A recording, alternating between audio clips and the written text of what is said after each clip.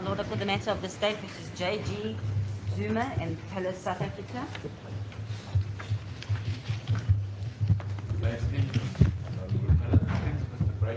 Mr. Raja and I appear for the state in both applications. Is the court, my lord.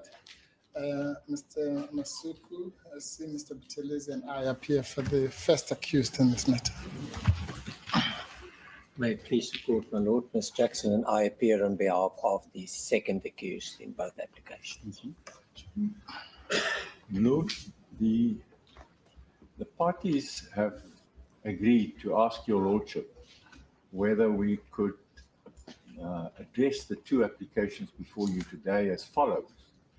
We suggest that we argue the two applications together, that the state starts and address you on both applications in 1.5 hours. And then the accused will address you also on both applications 1 hour each, or however they divide up the 2 hours allocated to them. We will then reply in half an hour, and my learned friend, Mr. Mpofu, reserves the right to reply in the application for leave to appeal for 10 or 20 minutes. And you are going to finalize the matter today? The purpose of the exercise is to finish today. Thank you so much.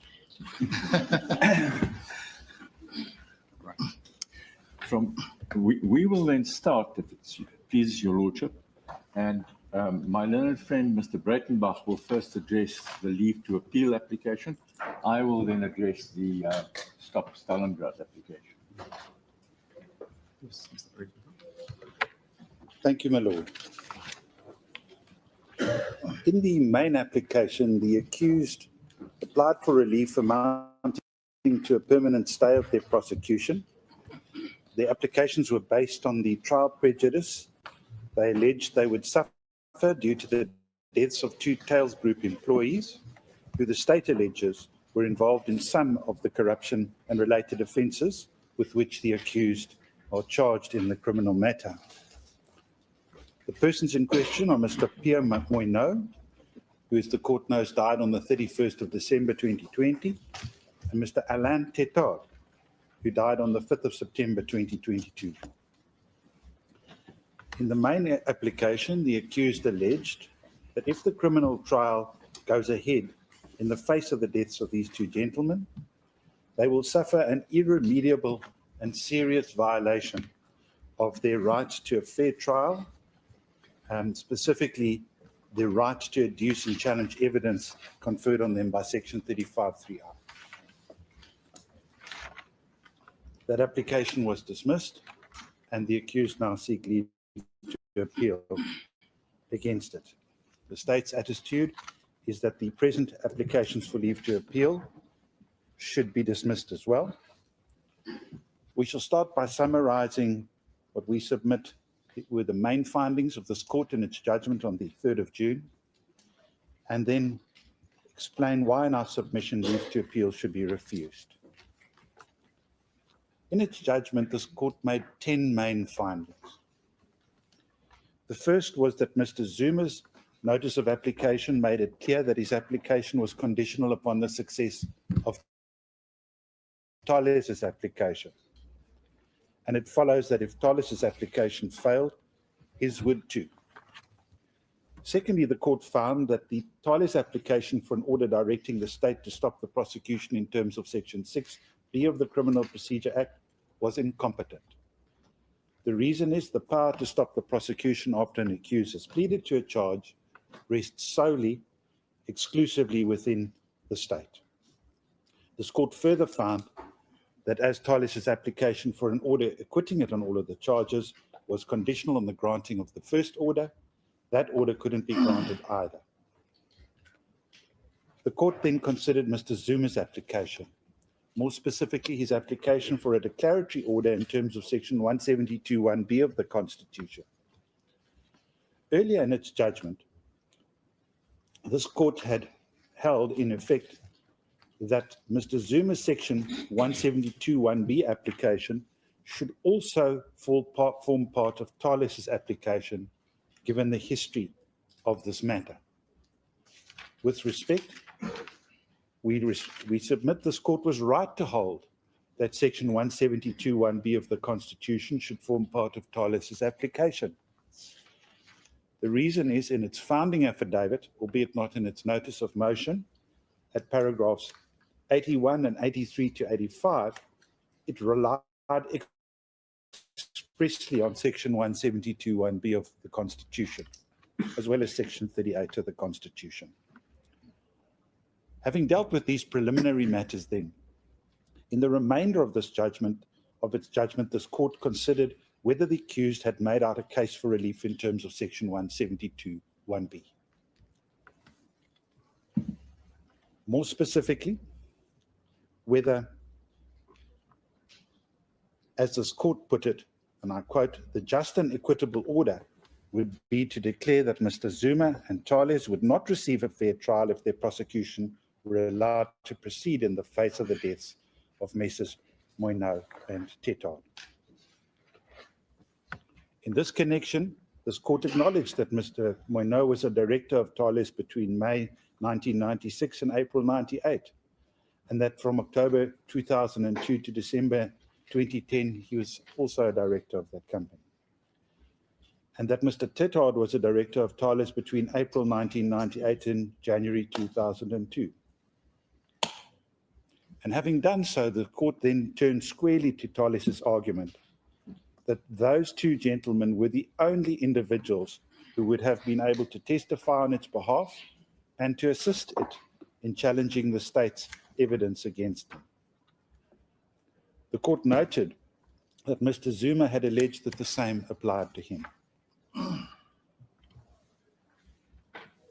The court commenced this aspect of the judgment by citing the passages from Zuma and Thales, which were quoted to your lordship on both sides.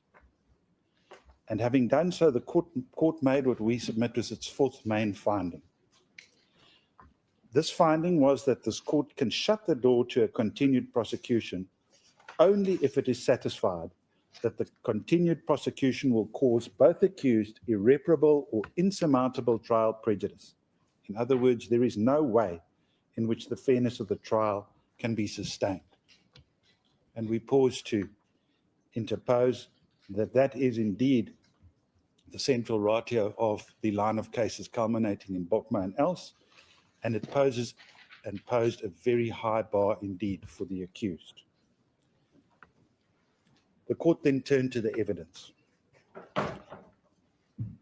Its fifth finding concerned a dispute between the parties about the state's contentions that Messrs. Sheikh and Dryman, as well as Ms. Gurrier, were available to assist Thales in its defense. In that regard, the court held that given that the applications brought by the accused were to be decided on the papers, the Plascon-Evans principle tipped the scales in favor of the judgment.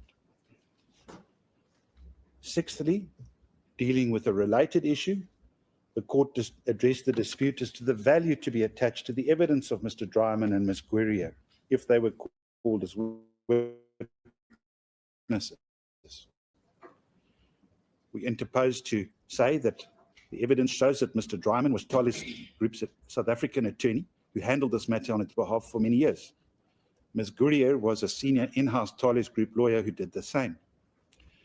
The state's allegation that they must have interviewed Messrs. Moino and Tetard about their and the Thales Group's company's interactions with Mr. Zuma, that allegation wasn't disputed by Thales, and that formed the foundation for the state's submission. So returning to the dispute between the parties about the value to be attached to their evidence, more specifically, the evidence of Mr. Dryman and Ms. Gurrier about what Mrs. Moino and Tetard had told them, this court held that the accused's argument that any such evidence would have no probative value was speculative. And that was a key finding with respect made by this court. And the reason for the court's finding is that the value to be attached to the evidence sought to be adduced by Thales will only be known once the evidence has been presented. And with respect, that is self-evidently correct. Seventhly, and consequently, this court found that the question whether there will be trial prejudice, which might result in Thales not receiving a constitutionally fair trial, is a matter to be addressed by the trial court when it arises, if it indeed does arise. Turning to Thales' allegation that Mr. Tetard's death had deprived it of an essential witness, this court's eighth finding was that allegation was incompatible with its stance in its 2019 application for a permanent stay of prosecution, that he wasn't prepared to assist it in any way, and that he was not prepared to return to South Africa or to testify in South Africa or any other forum should a trial take place. And this court added that it was significant that Thales had failed to indicate that since 2019 he had changed his mind and was willing to assist it in this case. There was then a dispute about the value to be attached to the transcript of Mr. Moino's evidence during the Sheikh trial, should Thales choose to introduce it. And in that connection, this court found that this was another of the many factors about which this court will have to speculate at this juncture, and which should best be left for consideration by the trial court. And consequently, the court made its ultimate finding, its 10th finding, which was, and I quote, "The court is not persuaded that it was sufficiently established that Thales will suffer irredeemable, irreparable, or insurmountable prejudice if the state were allowed to continue with the prosecution in the face of the deaths of Messrs. Tetard and Moino." The court added, and I quote, "The court seized with the matter, which we understand to be the court adjudicating the merits, has a duty to consider all the evidence before it, including the non-availability of defense witnesses, before returning a verdict." Against that background, we advance the following reasons why, in our most respectful submission, the applications for leave to appeal should be refused. The first reason arises from the legal principles governing midstream appeals in criminal matters. Although this is something that will be explained more fully by my learned friend, Mr. Trengove, in his argument on the state's application for an order postponing the criminal matter to a date for trial, what I do and should say at this stage briefly is this. There is a strong policy in our law that midstream appeals in criminal matters are generally not allowed. The general rule is that they aren't allowed because they unduly delay trials and may ultimately be irrelevant. For instance, if the accused is acquitted at first instance. One of the implications of this policy is that the trial court should generally not give leave to appeal against its midstream orders. They should be allowed, or such appeals should be allowed only in circumstances, and this is the principle established by the Western Areas case and Delport, and it appears to be common cause at any rate between the state and Thales, that this is a correct statement of the law, in circumstances which are so unusual that the interests of justice require a departure from the general rule against midstream appeals. That then brings us to the facts of this case. As will have appeared from any reading of your Lordship's judgment, in the present matter, the interests of justice do not require a departure from the general rule against midstream appeals. And the reason is the practical effect of the dismissal of the accused's application for orders quashing their prosecutions and acquitting them of all the charges before the trial even starts, is that the actual nature and extent of the prejudice to them arising from the deaths of Messrs. Moino and Tetard, as well as its impact on their constitutional right to a fair criminal trial, and specifically their right in Section 35(3)(I), will be assessed and determined by this court at the end of the criminal trial, or perhaps during the criminal trial, should this court find that it is necessary to do so. As this court, with respect, rightly held in its judgment, the trial court will have, and I quote, a duty to consider all of the evidence before it, including the non-availability of witnesses before returning a verdict. Consequently, we submit the present is not an instance where this court's dismissal of the two applications has caused or will cause them irredeemable, irreparable, or insurmountable prejudice. The brief submissions I'm now going to make on the merits are made in the alternative. We submit that the first reason alone is dispositive of these applications.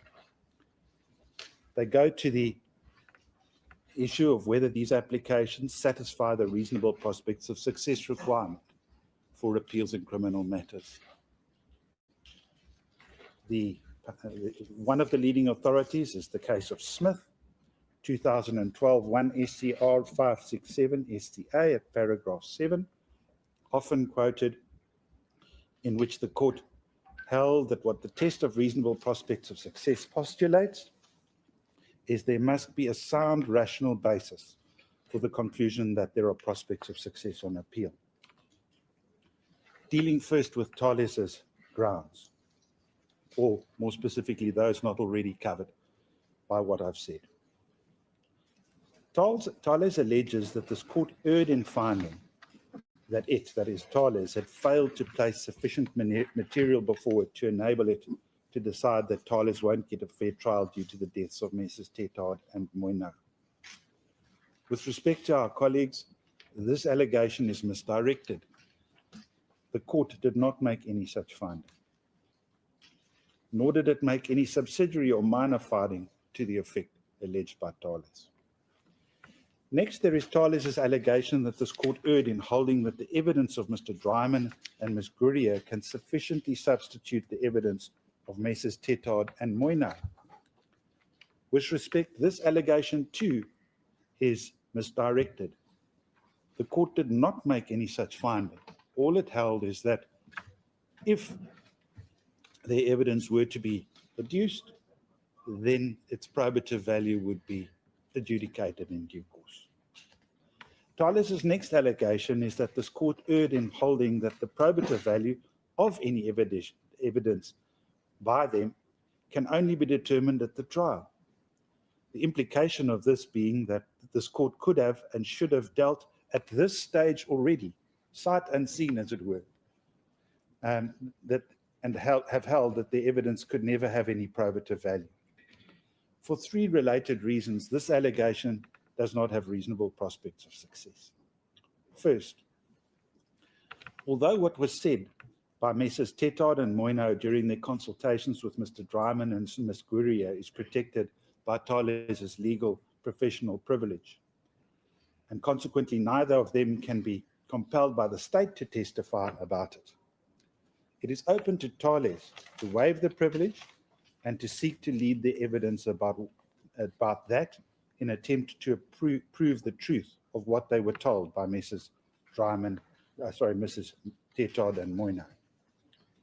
Secondly, if Thales calls Mr. Dryman or Mr. Gurria or Ms. Gurria to testify on its behalf at the trial, and if through them Thales seeks to have admitted in evidence any contemporaneous notes made by them regarding what they were told about the events which have given rise to the charges against Thales, and doing that obviously in an attempt to prove the truth of what they were told, the state has made it plain in the main application it will consent to the admission of that hearsay evidence in terms of Section 31A of Act 45 of 1988, albeit without making any admissions as to the weight or probative value to be attached thereto or any part thereof. And thirdly, in that eventuality, as this court held, the trial court will consequently be able to determine the probative value of that hearsay evidence, and it will do so in the ordinary way, in the light of all the other relevant admissible evidence, including evidence which may corroborate the truth of what Mr. Dryman and or Ms. Gurria may say, Mr. Tetard or Mr. Moino told them. Thales's next allegation is that this court erred in holding that it failed to show that Mr. Tetard would have assisted it with the trial if he had been alive. Now, for four related reasons, that allegation has poor prospects of success. The first is that in Thales's November 2018 application for a permanent stay of prosecution, it alleged that Mr. Tetard was not prepared to assist it in any way not prepared to return to South Africa, and not prepared to testify in South Africa or any other forum should the trial take place. Secondly, in support of that allegation, in 2018, Thales put up an affidavit by Mr. Tetard, dated the 11th of March 2009, which is the court knows as Annexure AA10 at record 576 and following. And in that affidavit, he said he was not prepared to testify, and I quote, in any forum under any circumstances should a trial in this matter take place. One sees that at paragraph 48 on page 592. Thirdly, in its founding affidavit in the present case, which as this court knows was brought earlier this year, Thales doesn't explain when and why Mr. Tetard's attitude on its version changed in the period between November 2018 and his death on the 5th of September 2022, if indeed that was what happened. And lastly, despite this issue being pertinently raised in the state's answering affidavit in the present case, nowhere in Thales's replying affidavit does it explain when and why Mr. Tetard's attitude so changed. Thales's next allegation is this court erred in finding that the trial prejudice should be determined by the trial court, whereas this court is the trial court.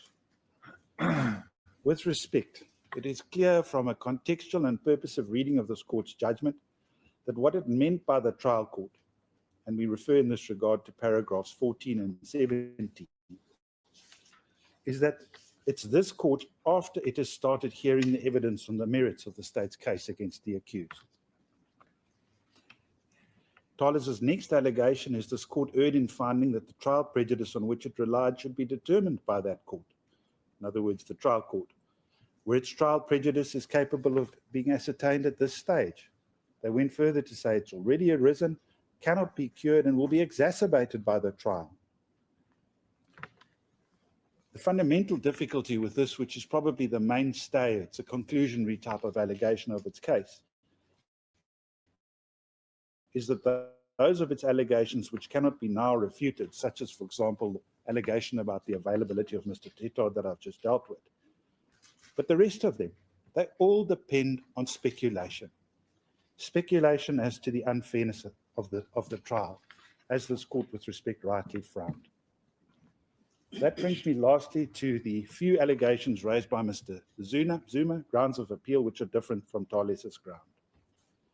The court will recall there is an allegation made also in the main case that this court, the allegation was made against the state then, misconstrued Thales's cause of action. Misconstrued it as being based on an infringement to have its right begin and conclude without unreasonable delay, section 35(3)(d) of the Constitution. Whereas in fact, Thales relies on an infringement of the right to adduce and challenge evidence, conferred by section 35(3)(r). The fundamental problem here is that Thales's main cause of action was clearly one of delay-induced trial prejudice. What Thales alleged was that the deaths of these two gentlemen, during the delay in the commencement of the hearing of the evidence in the criminal trial, has irremediably prejudiced its right to adduce and challenge evidence as envisaged in section 35(3)(i) of the Constitution. And the court clearly understood that to be the case because the judgment was directed at that. Secondly, there is another technical allegation, this time that the court erred in failing to recognize Thales's reliance on section 172(1)(b) to the Constitution. But as will have been apparent from my brief summary of this court's judgment, the court did approach the matter on the basis that it considered that Mr. Zuma's application for a declaratory order in terms of section 172(1)(b) should form part of Thales's application. Thirdly, there's another technical argument, Mr. Zuma's allegation that the court erred in failing to, quote, interpret and apply section 35(3)(i) of the Constitution purposively. However, none of the accused grounds for seeking an order, barring the prosecution before the trial on the merits begins, turned on a disputed interpretation of Section 35(3)(I). There was no argument, written or oral, addressed to your court on that. Instead, the issue was whether the evidence adduced by the accused in support of the application sufficiently established their cause of action. Then, another technical point, Mr. Zuma makes allegations concerning this court's findings, which I've described regarding Section 6B of the Criminal Procedure Act, and hence the competence of the order sought in the Thales Notice of Application. With respect, those grounds of appeal go nowhere, because it's just described. Despite this finding, the court did deal with the merits of Thales' application under the rubric of Section 172(1)(b). And finally, there is Mr. Zuma's allegation that there are other compelling grounds for granting leave to appeal. There are two aspects here. The first is it's based on a mistaken assumption that Section 117(1) of the Superior Courts Act governs this application. The court will recall that 17(1)(b) provides that other compelling grounds aside from the merits are a basis for leave to appeal. Whereas the possibility of an appeal at this juncture exists due to the judge-made principles governing midstream appeals described in the Western Areas and Delport cases. But secondly, and in any event, Mr. Zuma's attempt to rely on the deaths of Messrs. Moino and Tetard for an order quashing his prosecution is undermined by the simple fact that, as appears from the indictment, the state alleges that he personally was involved in the racketeering, corruption, and frauds with which he has been charged.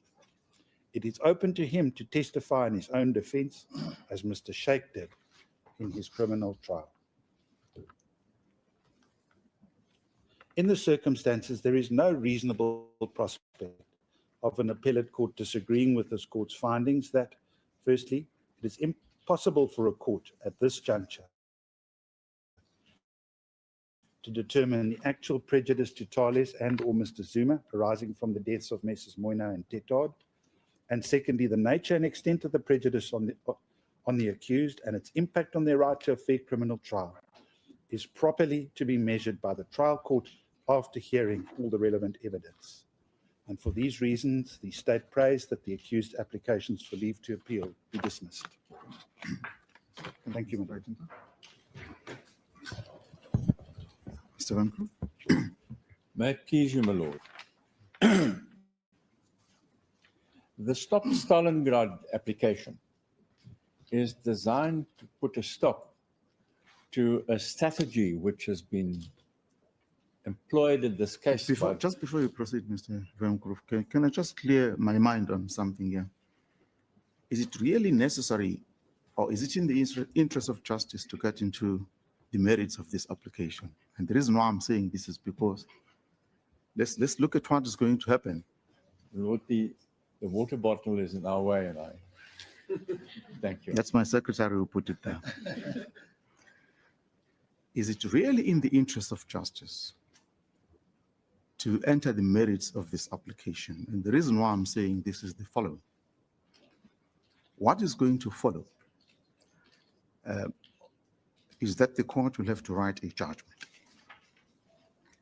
And once the court writes a judgment, a party that is unsuccessful is most definitely going to take the court's decision on appeal.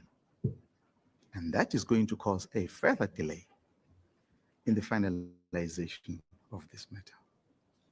Now, a delay is one of the issues that have been raised many a times in this trial.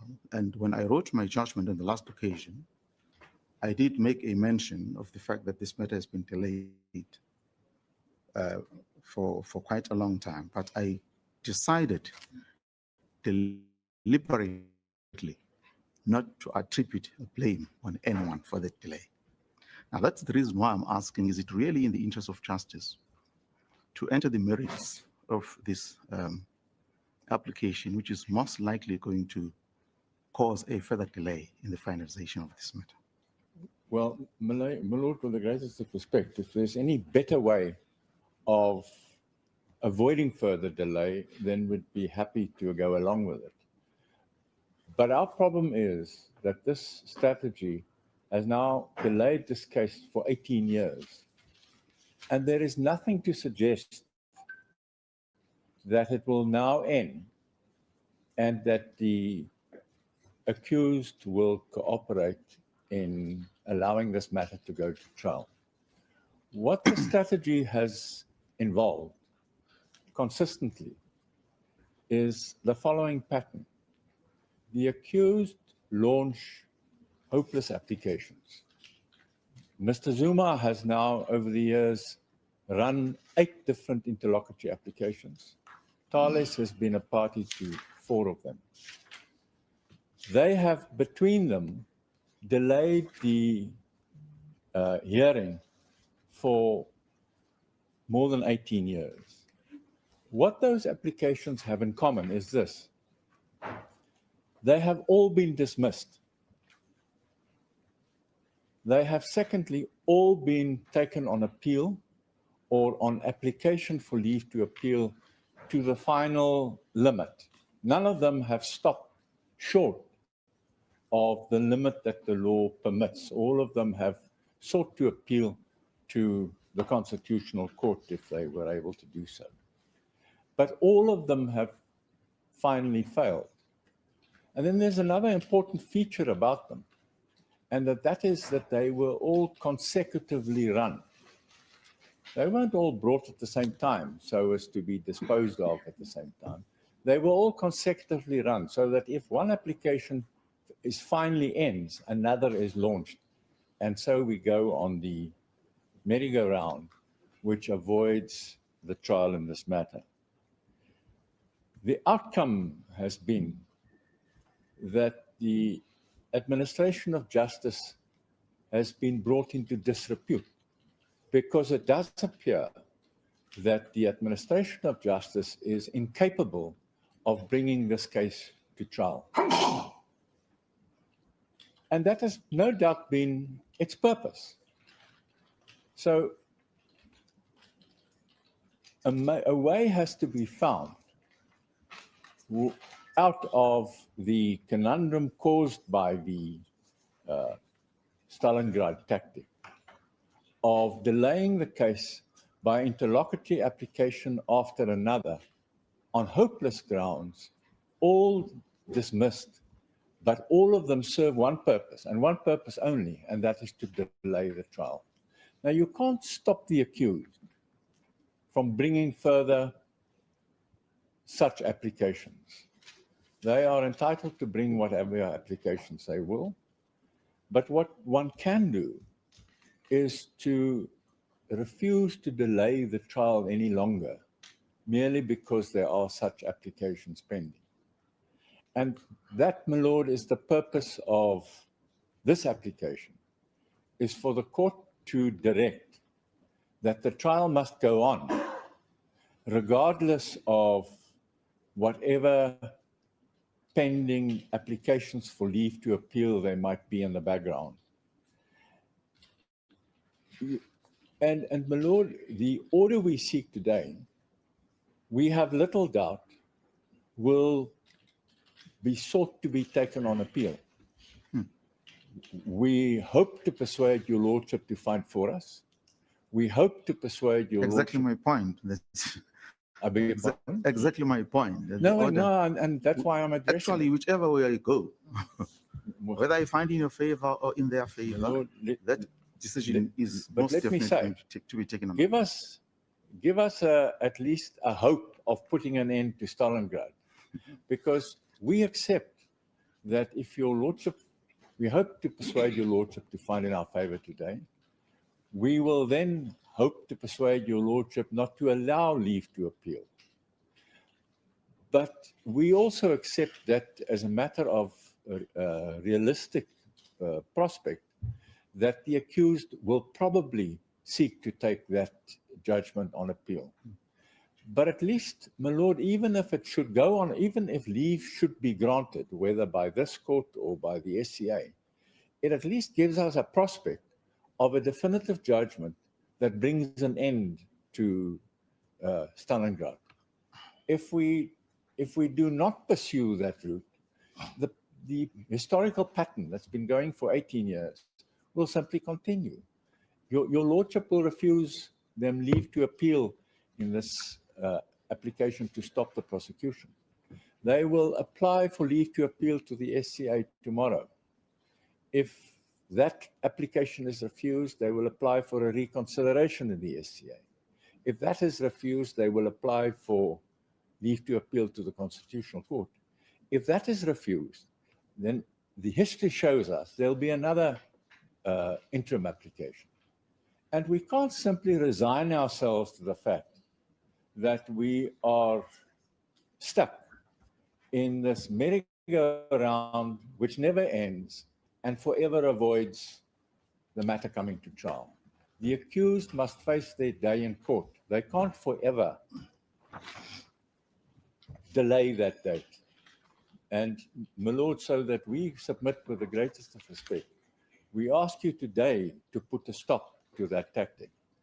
And even if your judgment should be taken on appeal, we will ask the SCA or the Constitutional Court, if needs be, to intervene to put a stop to it.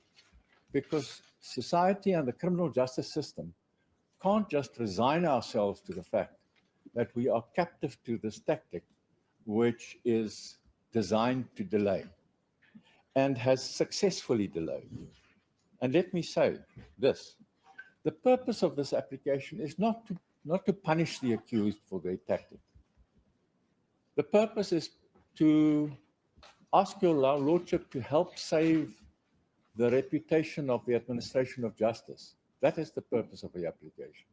I don't know why the lights went off when I said that. Maybe it's because of what you said.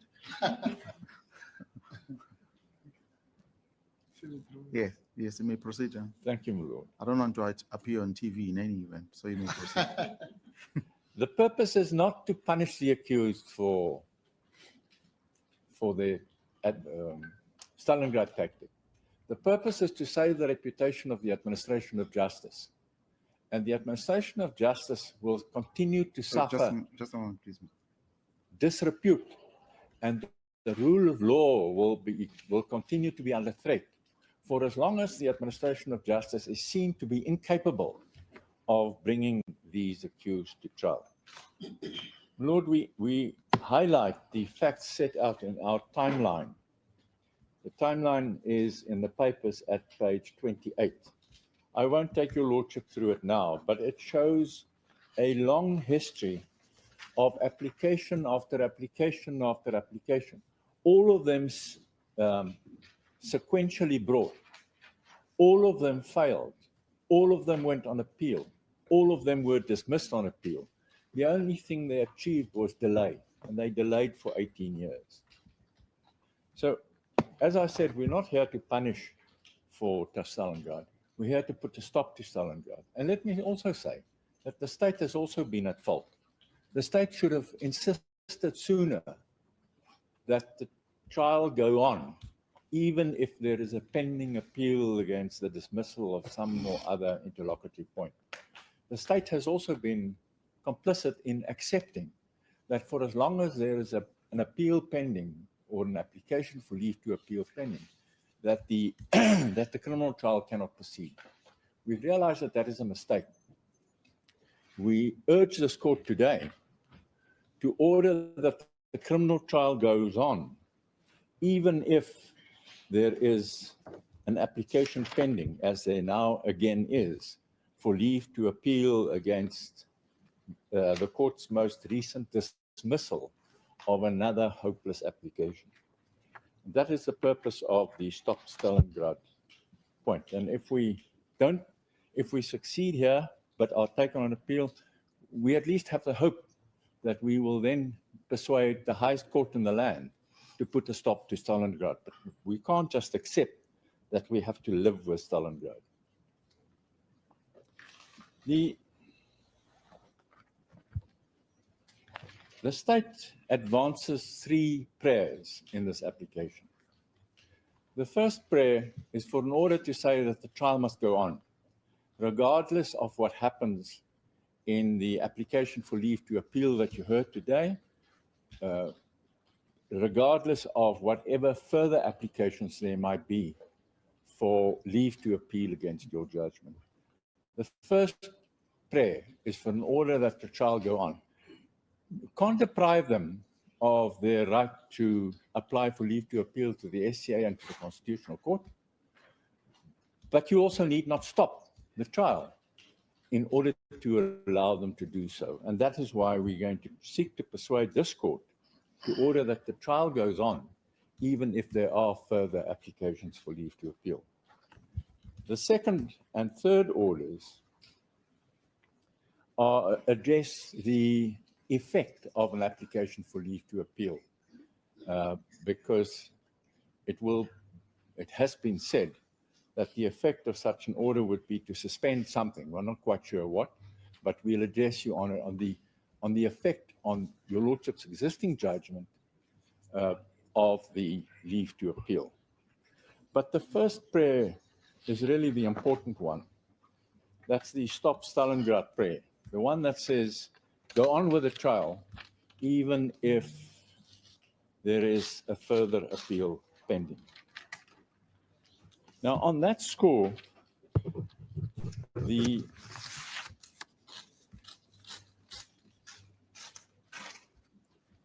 first submission we make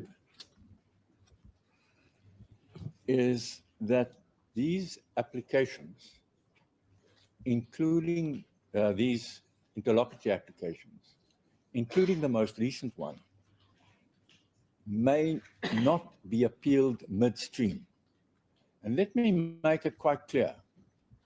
We're not here saying that your lordship's judgment may never be tested on appeal. We accept that it may at the end of the day, after the criminal trial has been completed. But what the accused may not do is to do what they have done on every one of these applications of theirs as part of the Stalingrad tactic, and that is to appeal them midstream. They may not appeal them midstream, and the court should not allow them to do so. And let me say why we say so. There is a bit of debate about the law on the papers, and therefore I would ask you to allow me to just take it from first principles. The starting point is section 316(1) of the Criminal Procedure Act. What the section makes clear is that the right of appeal in a criminal case arises only after conviction. The section reads as follows. Subject to section 84 of the Child Justice Act, any accused convicted of an offense by a high court may apply to that court for leave to appeal against such conviction. So it is common cause between us, I believe, that the Criminal Procedure Act, at least, does not permit midstream appeals. Our courts have also held that there is a fundamental principle of our law that midstream appeals are not allowed. Appeals may be pursued after conviction, but not midstream. Then came the case of State versus Western Areas. My Lord, it's a judgment which is in our case bundle. Well, let me give the reference. It's 2005, Volume 5, SA, 214, SCA.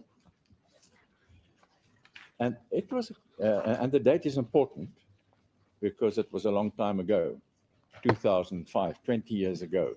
The law was developed since then. So there, in the Western Areas case, what the appellate division did was again to emphasize the principle that in criminal trials, midstream appeals are not allowed.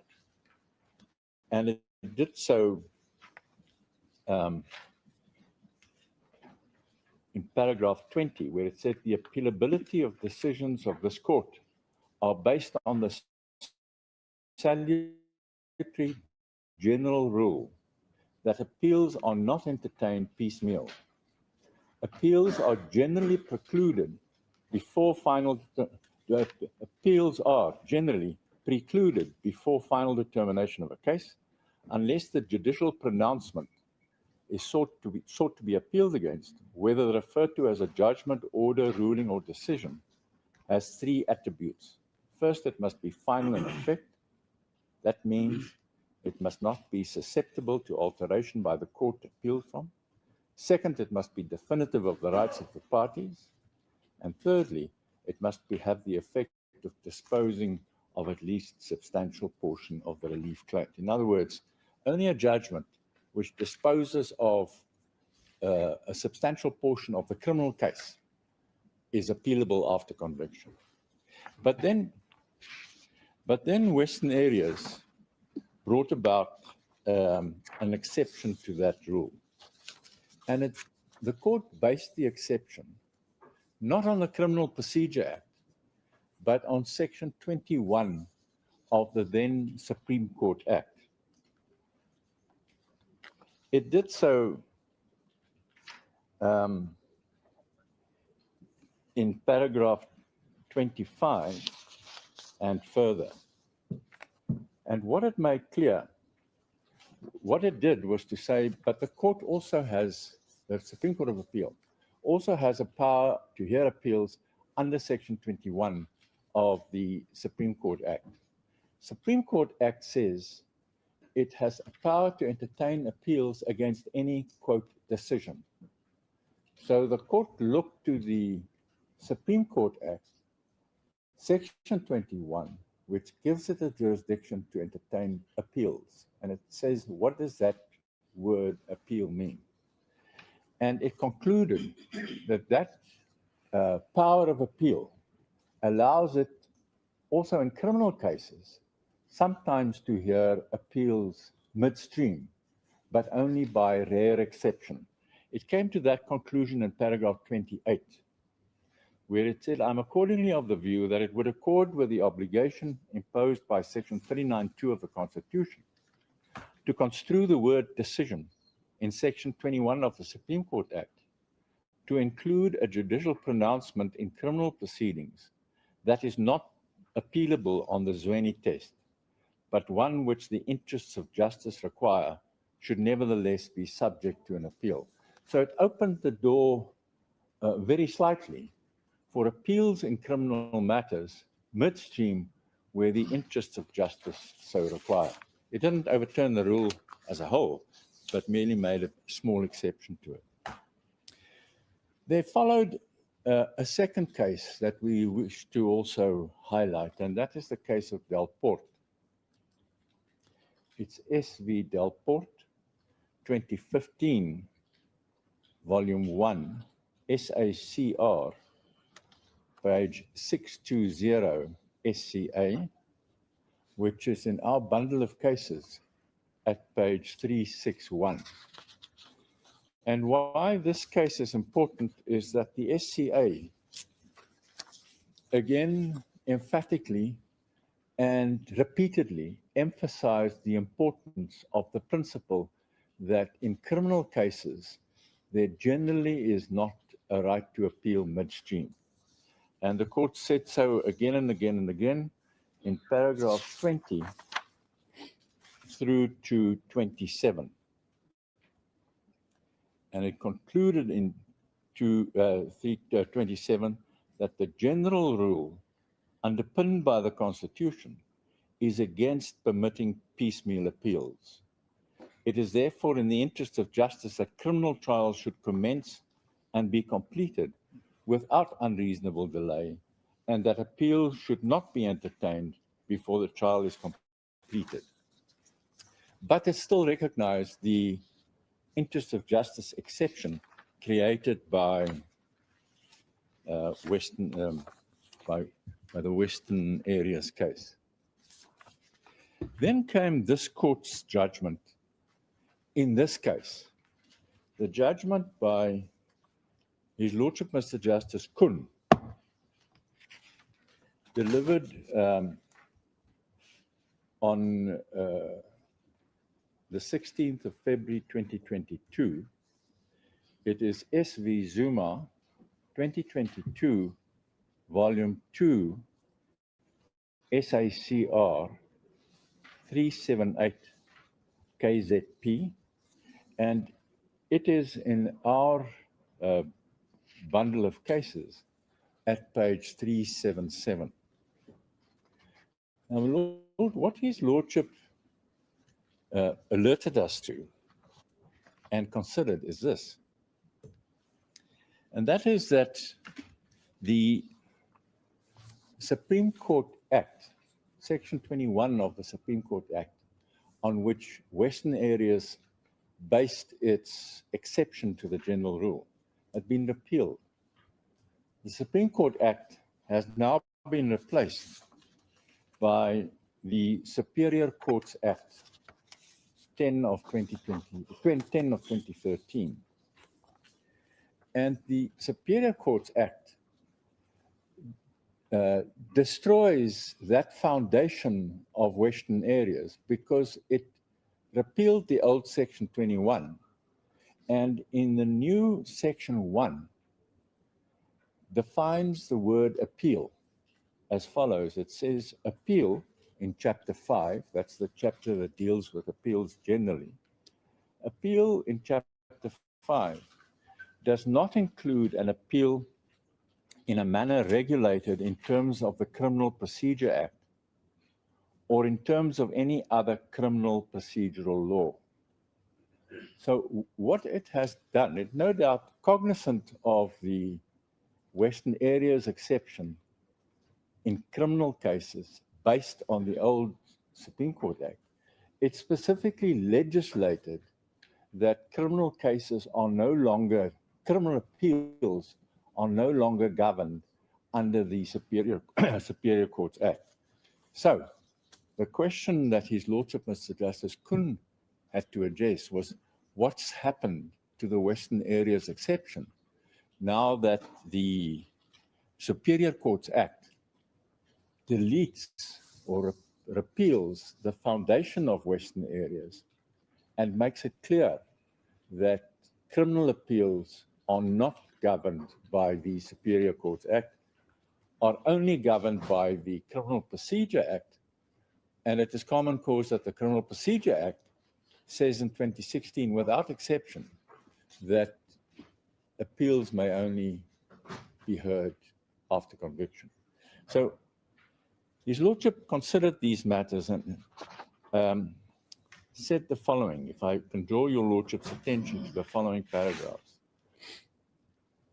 He says, he starts off by the starting premise, which is there are no Section 316 of the Criminal Procedure Act does not permit midstream appeals.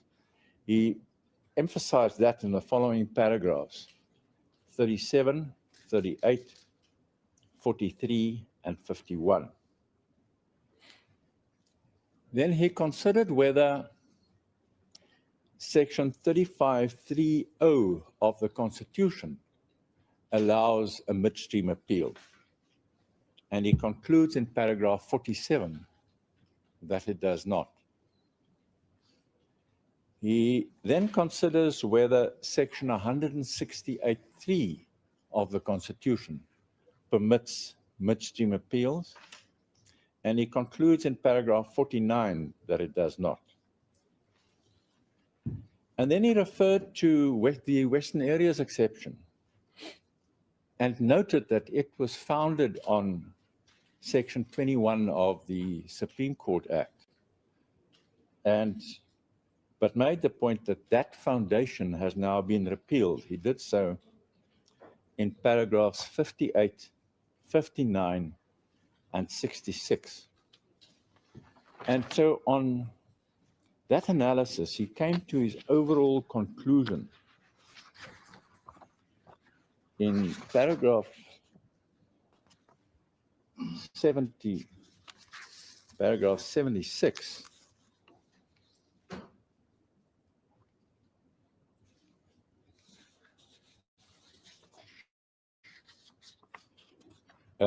that in fact the Western Areas exception has been repealed by the Superior Courts Act.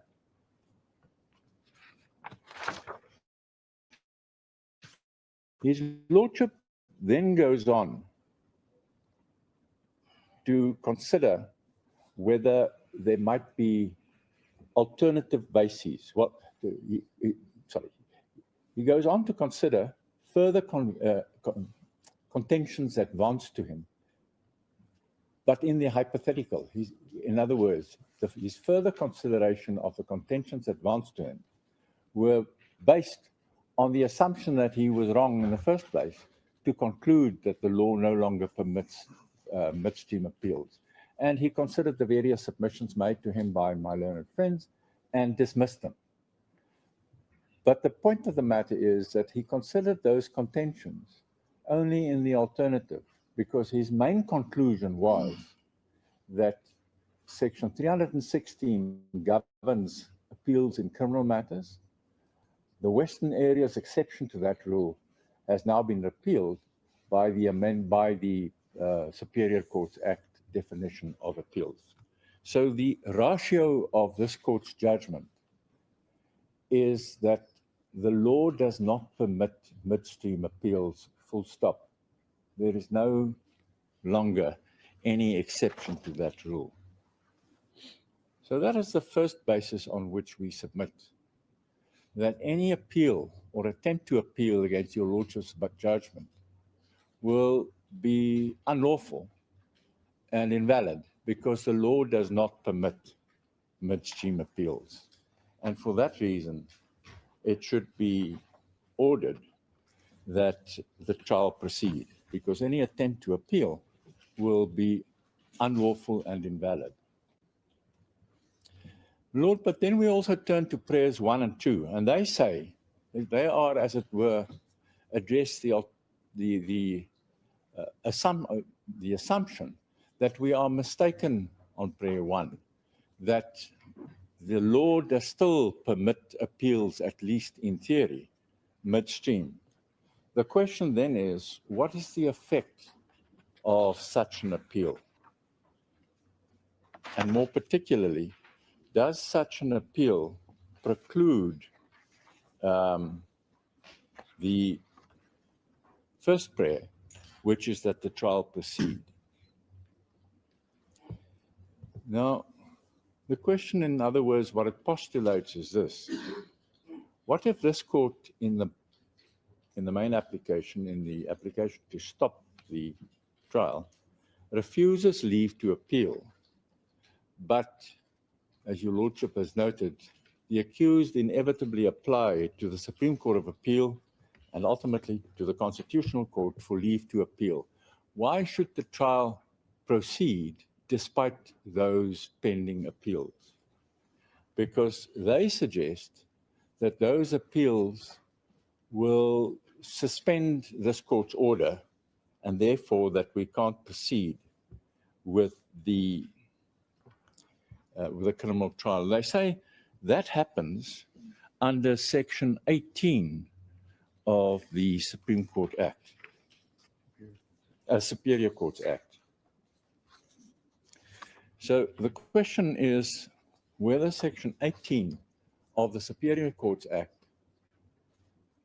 has the effect of precluding this court from proceeding with a criminal trial in the meantime. Now, we have 3 submissions on Section 18. We submit in the first place that Section 18 is not applicable at all. We submit in the second place that if Section 18 is applicable, then the applicable subsection is 18.2, and which applies to interlocutory orders, and it makes it clear that an interlocutory order is not suspended by an appeal. We submit in the third place, even if we're wrong on the first and second proposition, and that if that appeal is subject to Section 18.1, which creates the default rule of a suspension, then we ask the court to make an order in terms of section 18.1, and that is that the trial proceed. So let me just address those three main submissions.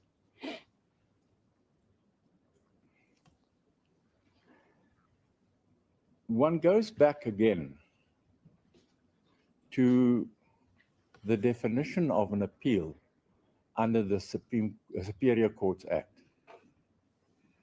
As I said, Section 1 defines an appeal to exclude any appeal in a criminal matter, so that by definition, Section 18 doesn't apply to criminal appeals at all.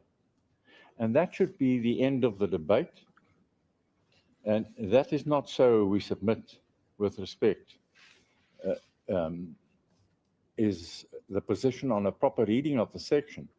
But that is also what His Lordship, Mr. Justice Kuhn, held in the case to which I have just referred in paragraphs 58, 59, and 66. So the whole Section 18 debate is misplaced. The section doesn't apply to criminal cases. Alternatively, if Section 18 does apply, then we submit with respect that it is Section 18.2 which applies. The section reads, subject to subsection 3, unless the court under exceptional circumstances orders otherwise, the operation and execution of a decision that is an interlocutory order, not having the effect of a final judgment, which is the subject of an application for leave to appeal or an appeal, is not suspended pending the decision of the application or the appeal. So the question here is whether your Lordship's order refusing the application to put a stop to the criminal trial, whether that is an interlocutory order. An interlocutory order which does not have the effect of a final judgment. Well, my Lord, we submit with respect that it manifestly is an interlocutory order. And in fact, your Lordship's ratio made it clear that you made the order you did because the prejudice of which they complain can be properly addressed if and when it arises during the trial. So it is not merely as a matter of law that that order is classified as interlocutory. The judgment is in its own terms interlocutory and subject to change if it should appear in the trial that they suffered prejudice as a result of the delay. So we submit with respect that even if Section 18 is applicable, then it is Section 18.2 which applies. And Section 18.2, the default rule under 18.2 is that nothing is suspended. In the last alternative is then, if your Lordship should hold that we are wrong, that Section 18 does apply, that it is not 18.2, that it is not 18.2 that applies, but 18.1, then our submission is as follows. The question is, what is the effect of 18.1? Now, 18.1 reads as follows. Unless the court, under exceptional circumstances, order otherwise, the operation and execution of a decision, which is the subject of an application for leave to appeal, is suspended pending the decision of the application or appeal. So it says that the decision subject to the appeal, the operation and execution of the decision is suspended. But what does that mean? Your Lordship dismissed their application. What happens if one suspends your Lordship's judgment? What is that outcome? How does that help them? What it might in theory mean is that we must imagine that their application before your Lordship is still pending because your Lordship's dismissal of the application is suspended. But so what? How does that impact on the trial? So that And there has been a debate about its impact, but we submit with respect that if we apply the section to this case, to the facts of this case, and you ask yourself, what does it mean to suspend your lordship's decision? Well, the operation and execution of your lordship's decision is suspended. What does it mean? It means absolutely nothing. It might in theory mean that their application for the order is now, must be deemed to be pending. But what it doesn't say that the criminal trial cannot go on. So we submit with respect that whatever that prayer means and whatever its impact might mean, its implication is not to require your lordship to stop the criminal trial. So we submit with respect that the debate under Section 18 is an ill-founded debate, that it does not suspend the criminal proceedings, and that it does not pose an obstacle to the continuation of the criminal proceedings. And my lord, for that reason, we submit with respect that the suggestion that the trial cannot go on merely because they propose to apply for leave to appeal here in the SCA and in the Concord is with respect unfounded.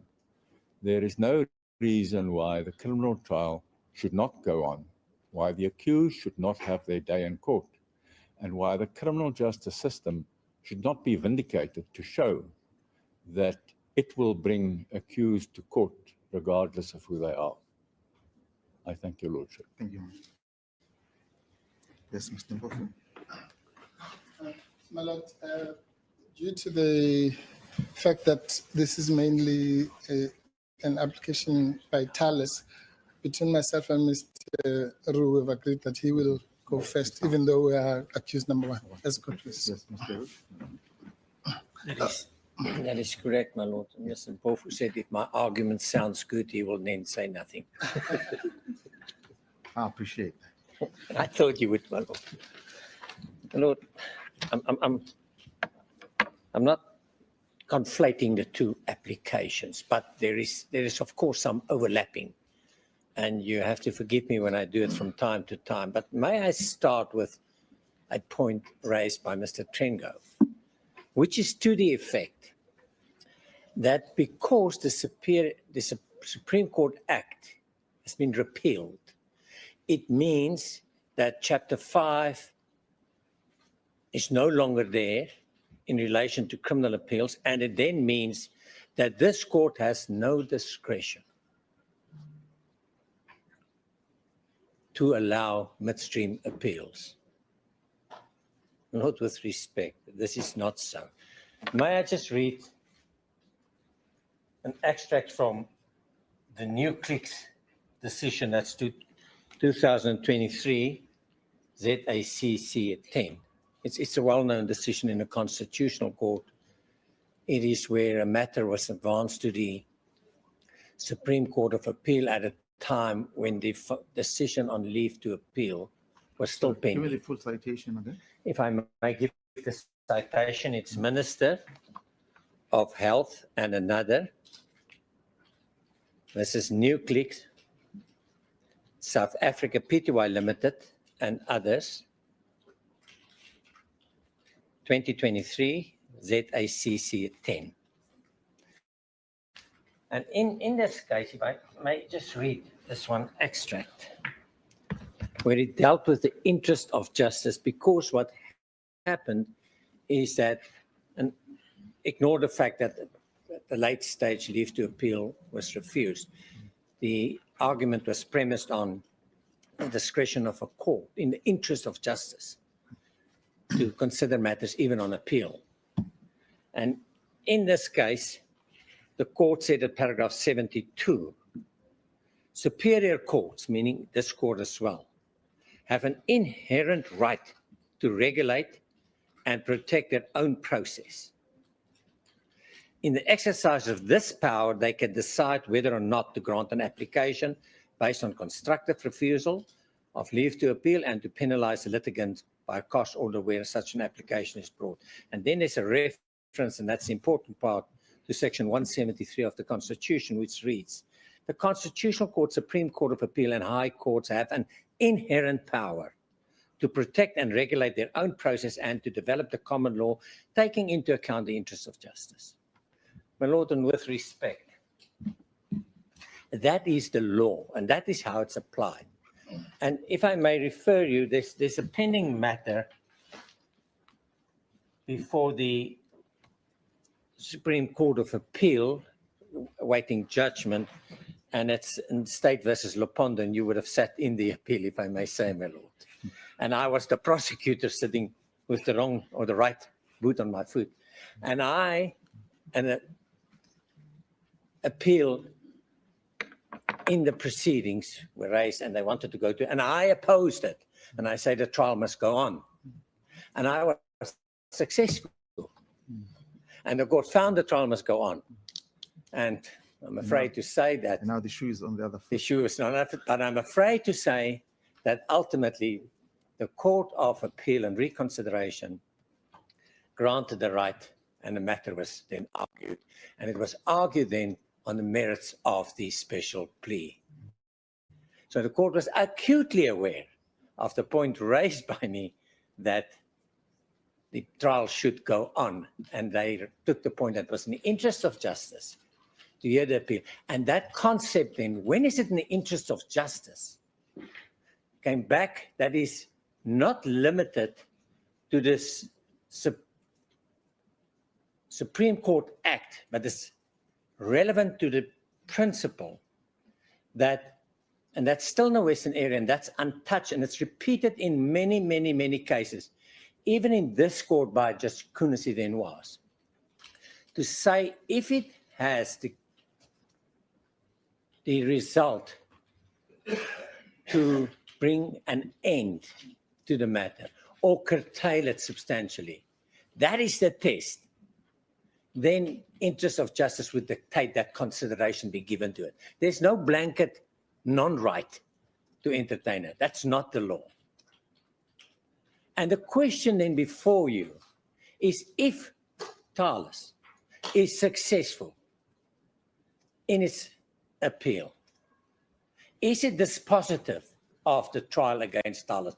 Of course it is, because the finding is then that you could not receive a fair trial, and you were quite correctly pointed out, and I conceded an argument at the time, it's 172 that's applicable, and that was the correct relief and not phrased with Section 6. We agree with your analysis there. And that's the end of the matter then for Thales. It's dispositive of the case. Now, what is now so important to say that the court must find that, notwithstanding the fact that the appeal, if successful, will be dispositive of the case, that you must go on. If I may read, Lord, I'm not going to repeat the heads of argument, it's there, I'm just highlighting. But if I read from the application, in the state's application, Thales' heads, and I will come back to this title, the Stalingrad application, to show why it cannot be, in our case, the Stalingrad application, and it's a misnomer. But in the heads, in paragraph 9, we refer to piecemeal appeals.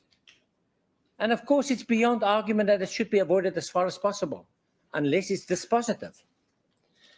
And the reference to the Western Areas case, where it deals with the principle that I'm reading, where it says that if decided in the accused's favor, would dispose of the criminal charge against him or substantial portion of it.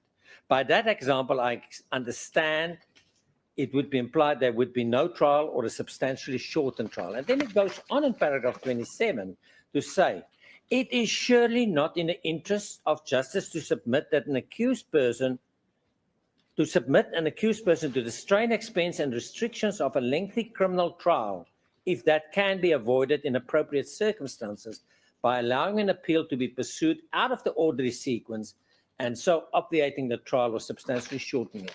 And you have that power in terms of 173.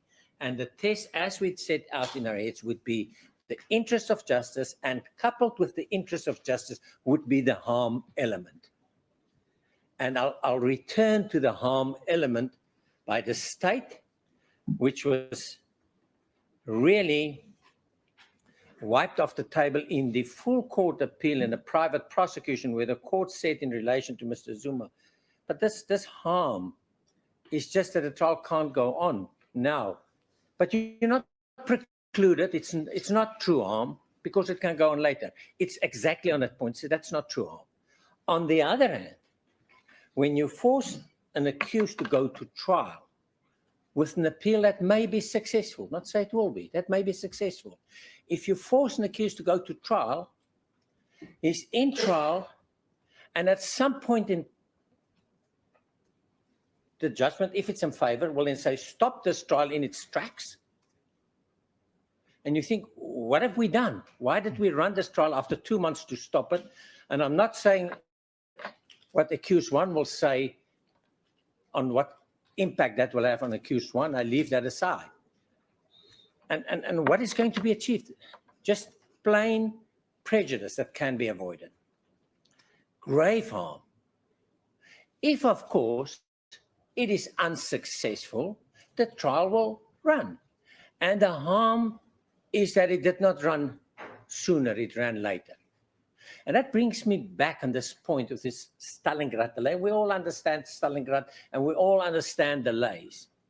But to offer that to this court as a package deal in which Thales became a prominent player is, with respect, extremely unfair.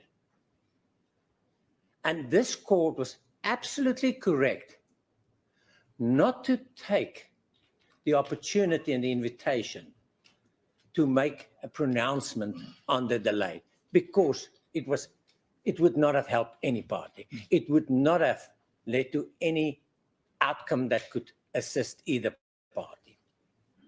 But if I may say, just on a factual basis, Thales brought 4 applications. The one was in relation to warrants to search. There was partial success. The second one was a permanent stay application in 2018. It was unsuccessful, but not prosecuted till the very end. The appeal was withdrawn ultimately. The racketeering application, where it was said, can you charge me with racketeering, was brought on as urgent basis as it could before the trial, not during the trial, not to delay the trial. And when it was unsuccessful, Thales did not appeal it. Thales said, let's proceed with the trial, and pleaded. And then Thales played no part in any further processes. It was the passenger, as we said. It was sitting here, and Mr. Justice Kuhn at a time when I got up, he says, I assume you have nothing to say, Mr. Roon. I said, I have nothing to say. We're ready to go on to trial. That was repeated over and over again. Until this application where we then explained what we say the prejudice is. And this is where the important part in your finding comes in. Because my understanding of the case was, if this application is frivolous and an abuse of court, interest of justice can play no part at all. That's not your finding. That is not your finding. And this about being frivolous and abuse of court is repeated, that principle is repeated in many, many cases. Inter alia, the new cliques. And by Justice Kuhn, where he found that the process was not frivolous and abuse of court. But factually, I don't have to go there. The question is, did this court find that it was frivolous or an abuse of process? No. On the contrary, if I may read paragraph 18 of this court's finding, it's very different, where it says, I am not persuaded that it was sufficiently established that Thales will suffer irredeemable, irreparable, insurmountable prejudice. Not that they won't suffer. It is different. It was that it was sufficiently established. So it was established, but this court found in its wisdom that it was not sufficiently established. May another court find that it was sufficiently established? Not if it was frivolous, not if it was an abuse, but it is an arguable point, and if I may explain why.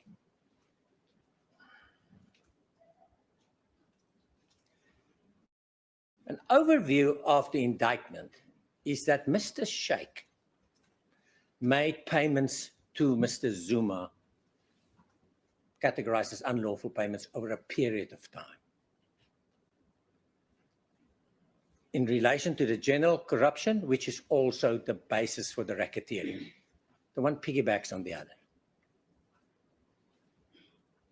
The allegation in respect of those charges is not that Thales made payments, is that they acted with a common purpose. Now, who would have acted with a common purpose? Who was in South Africa? Who was there when Sheikh was doing it, and who was on behalf of Thales? The Tart and Monoy. They're not here anymore. Moving on to the specific corruption. The specific corruption is based on a meeting between Mr. Zuma, Mr. Tetart, and Mr. Sheikh to make payment, unlawful payment. They are the persons that can speak about the meeting. Mr. Tetart is no more. The payment, which is the basis for the money laundering, that payment coming from that meeting. The negotiation for the payment was between Mr. Tetart and Mr. Sheikh, though the case was, it was a payment for a very different reason. But on the state's case, it was between Mr. Tetart and Mr. Sheikh. Mr. Tetart is no more. Now, I understand the court's judgment say, well, maybe the legal advisors may assist. If that's the court on appeals finding, we lose. But if they say, can they really assist?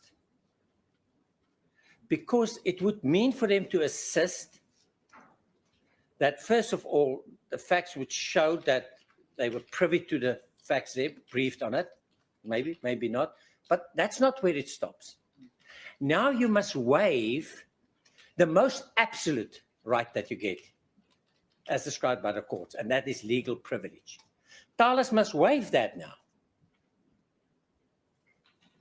And once you waive it, the legal advisor will be cross-examined on that, whatever knowledge they have. And they must answer questions, incriminating or not.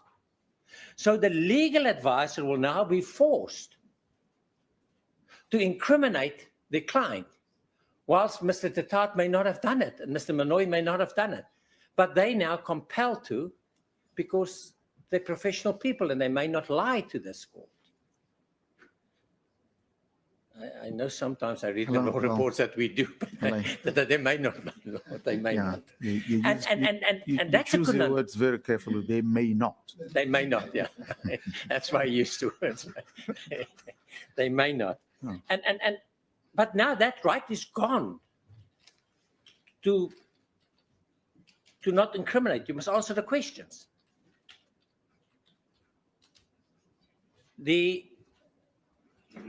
question may come, but can you say what was conveyed to you is the truth when it's an innocent explanation, I don't know.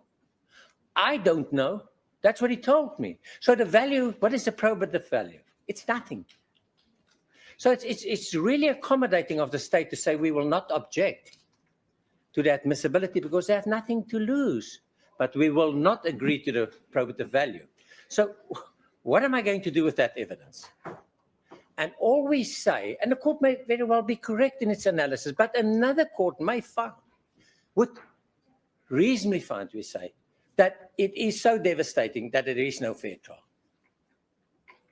Now, if that's the finding, and no one can say that finding is just pie in the sky, it's not. If that is the finding, then the trial will stop. So why go to trial when it may stop, when it may be dispositive, the appeal, the outcome of the appeal? Why? What has become so urgent? Is it a state's case that the witnesses are starting to tell them that if this case is postponed for another time, for another year, that they will not give evidence? That's not the state's case. The state's case is simply this: it's the administration of justice must call for finality. And I agree, but it's finality within reason. And as the full court said in the private prosecution, is the trial is not precluded. That will be harm. It will go on just later on. I'm curious what the later on will be. If the appeal is leave to appeal is unsuccessful and the further process unsuccessful, it will take some time, but not extraordinary time. If we go to trial and it's a long duration, you're not asked to postpone it to date X, so the trial will run. It is something that must happen, that you say, like in a declarative, the trial will go on and you must at point in time arrange dates. And long duration to get these counsel on a 6-month trial to give you a date this year or next year. We've seen that for 6 months. We all have diaries already. So that's not going to happen. So the chances are even that, if not better, that the appeal process would in any event be concluded if the case is so bad as it is made out, if it is so terrible. But if it's not, the trial will stop. If it is so bad, that process can't just carry on and on and on. It must be concluded in some reasonable time. And then the interesting point about Section 18 in relation to this appeal. If the leave is refused, and let me rephrase, if the court grants this application for the state and there's an appeal, application for leave to appeal, it suspends it. That's 18.4. It's an automatic right. Let me put it. It's an automatic right to appeal. And coupled with that, it suspends the judgment. Where does that take us? That process, why would that process be quicker? It says it must be done with urgency. But why would that process be quicker than one where the application is dismissed and dismissed and dismissed? And if you balance those two outcomes and say, does it really make sense to deny an appeal right in the sense that you're forced to go into trial and the right will become academic because if you go right through the trial and you're convicted, it's then set aside. Or you go halfway, it is then stopped.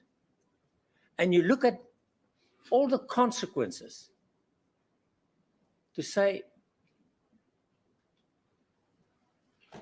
what is so frivolous and such an abuse in this case by Thales to exercise that absolutely devastating option. Nothing, and I've dealt with your judgment. There is absolutely nothing. It's just that you sufficiently prove it, yes or no. Maybe another court will say so, but that's what it is. So, if the court would just bear with me.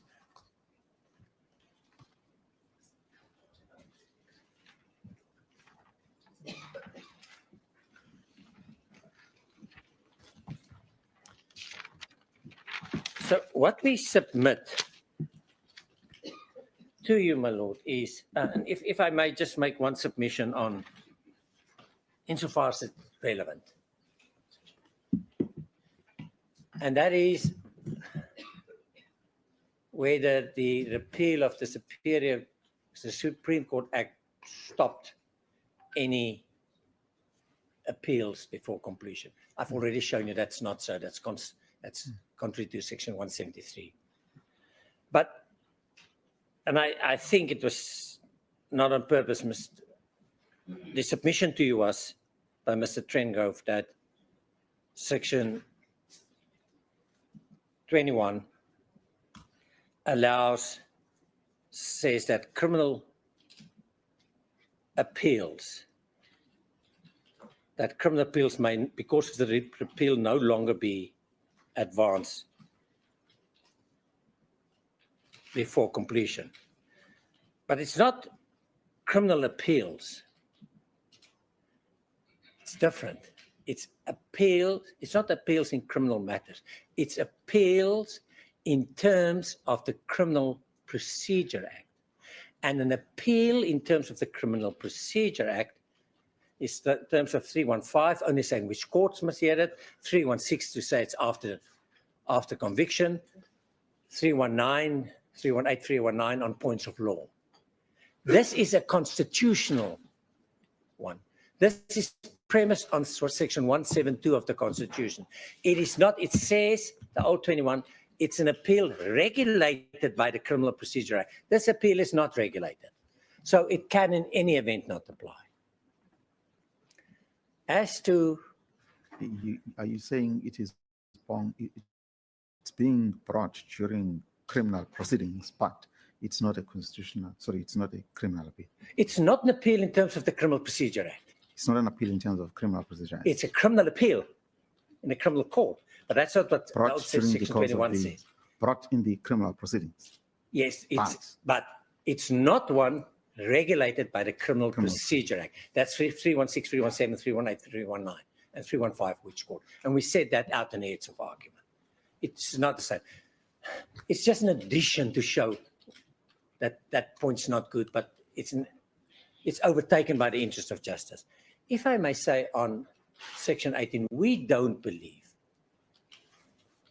that you need to consider the applicability of Section 18.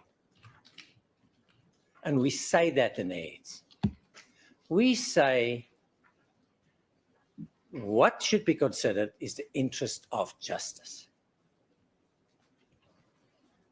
Whether Section 18 applies or not, what we can say, it is definitively not an interlocutory application.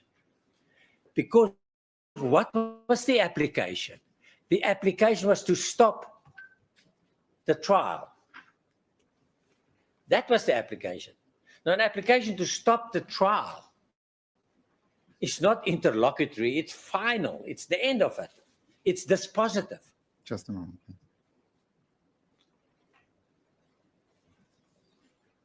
Yes. It is not, what is the court finding that you can revisit it? That's something else. It is, what is the relief, what was the relief sought? Was that interlocutory relief sought? Or was it final relief? It's final relief. Stop. Stop. So, but it's academic input, because we say we're not reliant on Section 18. Whether it's suspended or not, it's not important.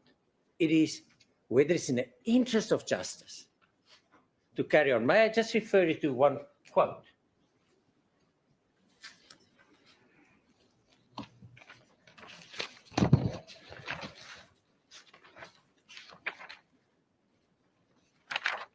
And that is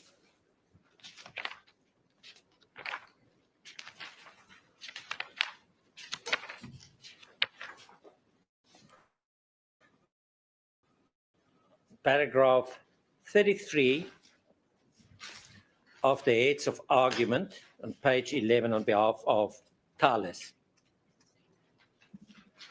in relation to, we call it the state application, not the Stalingrad application, because we can't be accused of Stalingrad, not Thales.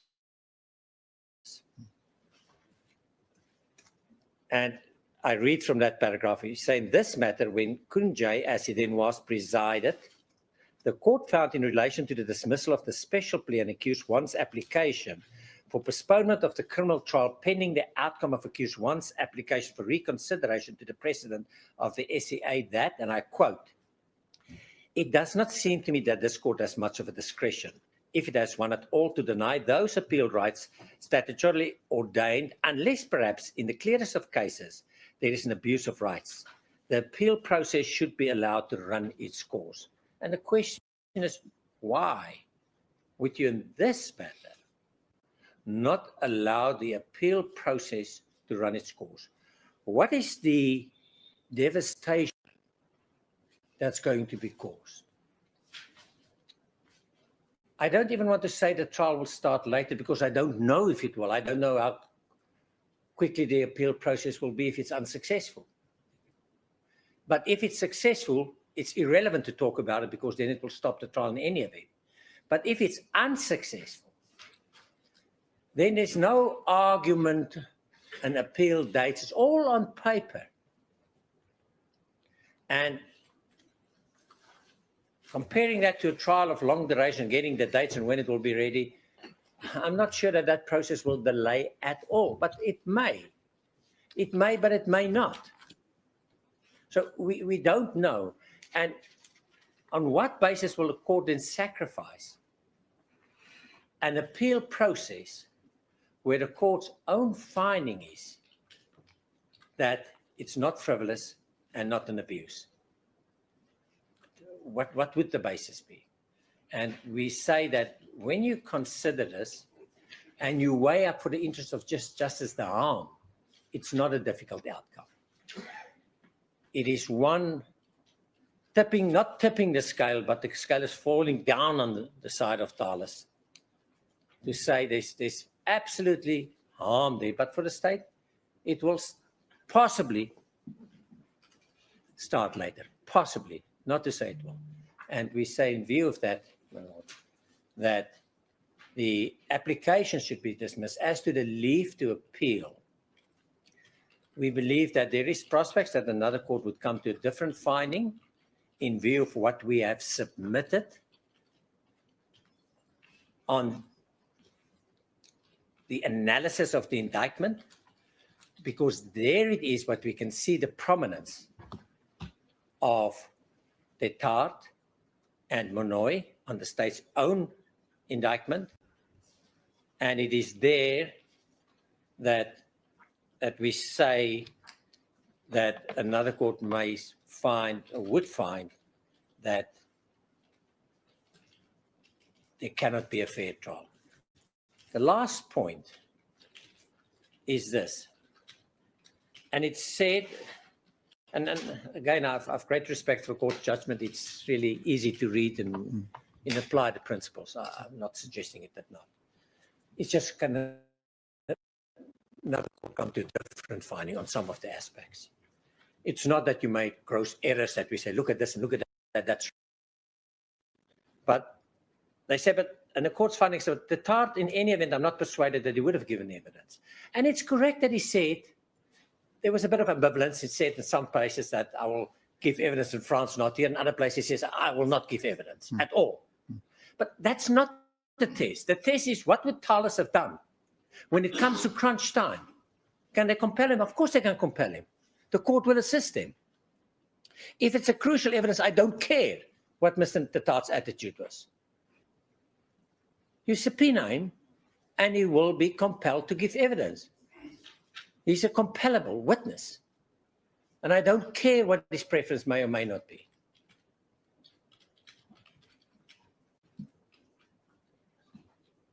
So we say, my lord, that A, there is a prospect that another court would come to a different finding, that leave to appeal should be granted.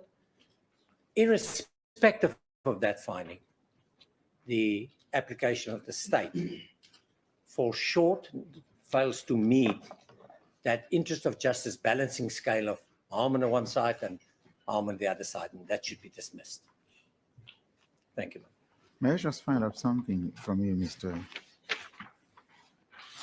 Roux? In the event that the court were to refuse you leave to appeal,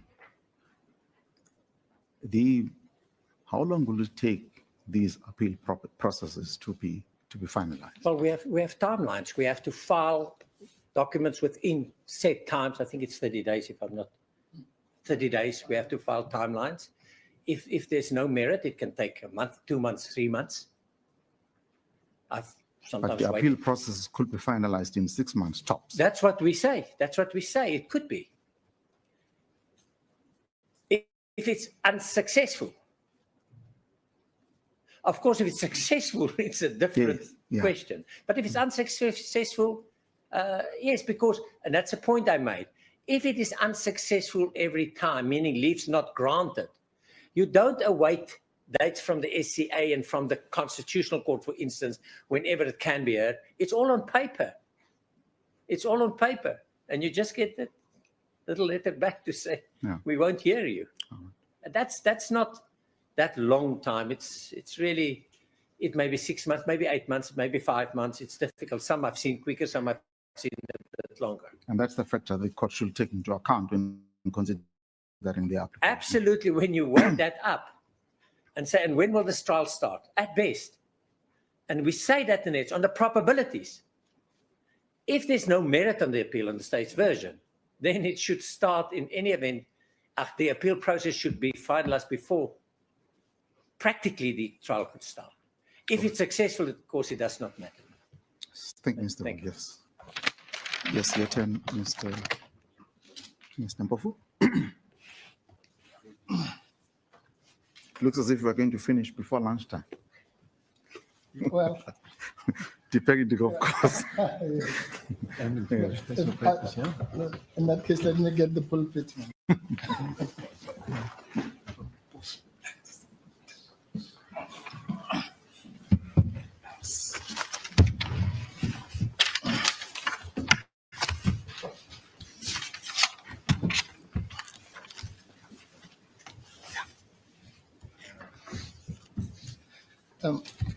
As court pleases, my lord. My lord, I agree with Mr. Roux and also Mr. Trengov about the overlap, or rather, yes, both my learned friends on the right and on my left. And in line with the agreement, my lord, we will argue these two applications together. However, I will endeavor as much as possible, my lord, to separate them for a reason that I will explain now.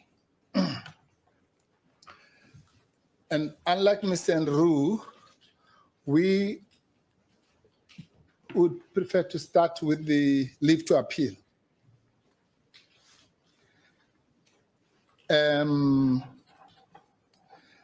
But my lord, before I do so, you know, it is always said in law that context is everything. It's important to, and that's why we allowed Mr. Roux to go first, to understand the context of this application. That this is not our application. This is Thales' application. And it's easy to forget that because, you know, there's a media noise Zuma is going back to court and all that.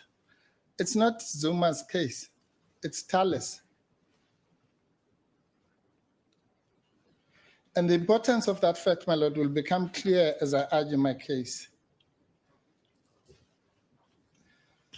Because it will show Mr. Roux, as is repeated today, always refers to himself as a passenger, that he was a passenger for the past 4 or 5 years. Well, in this particular context, we are also passengers. And he's the driver. He is the driver. The only difference is that we are passengers who talk. He was a silent passenger. But passengers we are.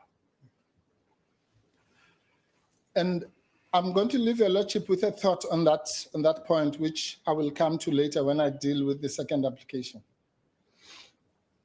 which is that let us postulate that we were indeed passengers like Mr. Roux,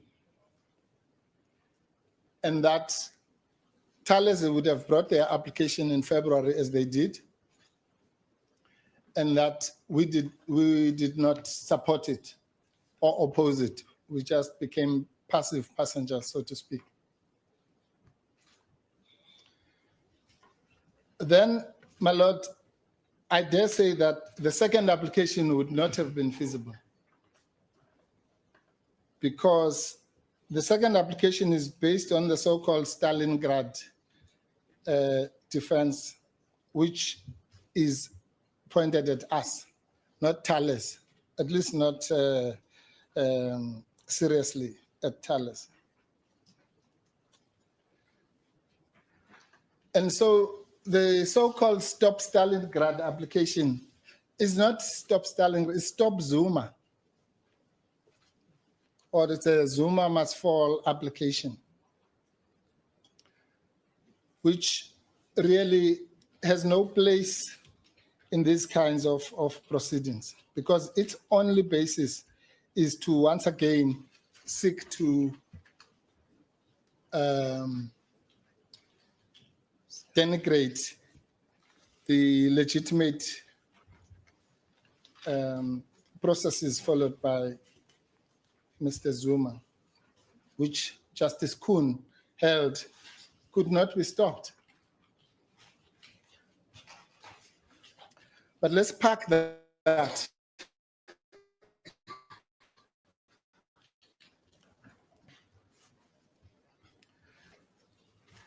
My lord,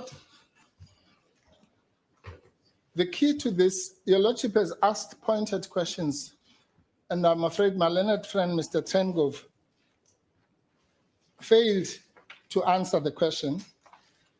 And I don't blame him. It's because there's no answer to the question that your lordship posed as to whether it is indeed in the interest of justice or feasible to hear the second application.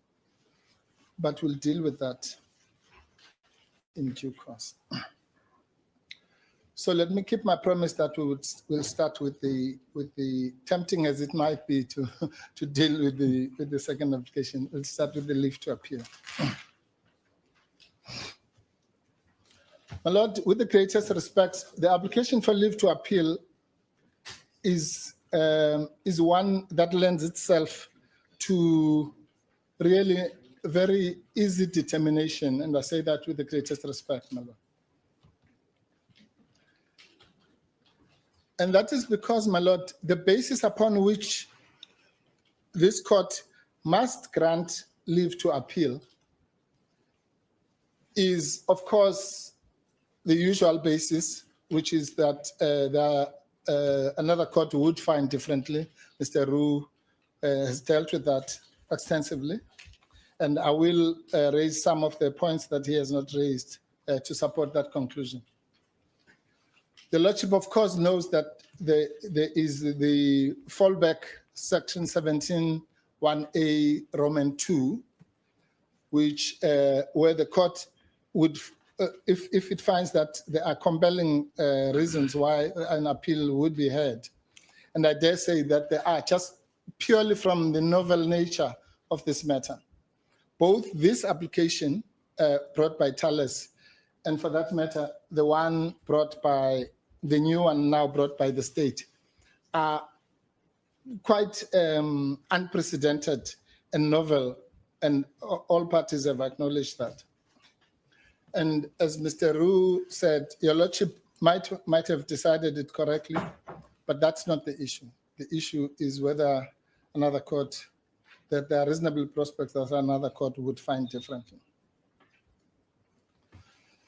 For us, my lord, the big point, which your lordship will appreciate, that another court, that there are prospects that another court would find differently, is this. Your lordship made a gross misdirection or error in respect of the characterization of the application stroke applications.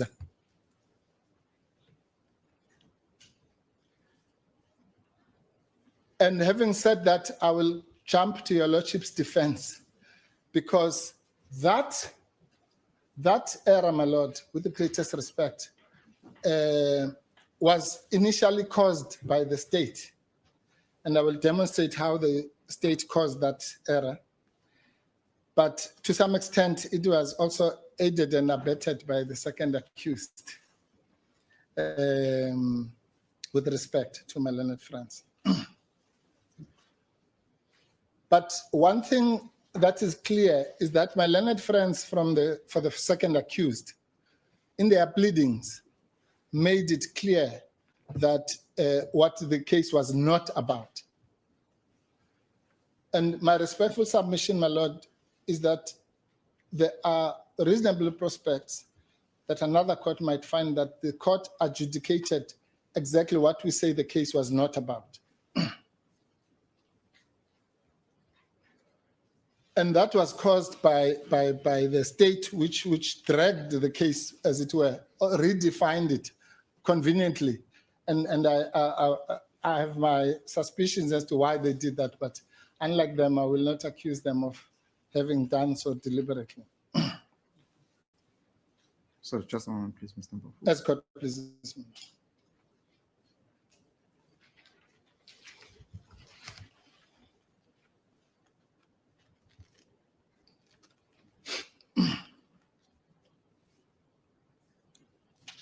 Yes, Mr. Mpofu. My lord, as court, please, yes, my lord. My lord, the shorthand to everything I'm going to say is this. All the answers to both of these applications lie in section 35(3) of the Constitution. So that's really the headline of what I'm going to say. There is, my lord, section 35(3) is deliberately probably the longest section in the Constitution. Section 35 certainly is the longest section, because it deals with fair trial rights, yes, broadly speaking.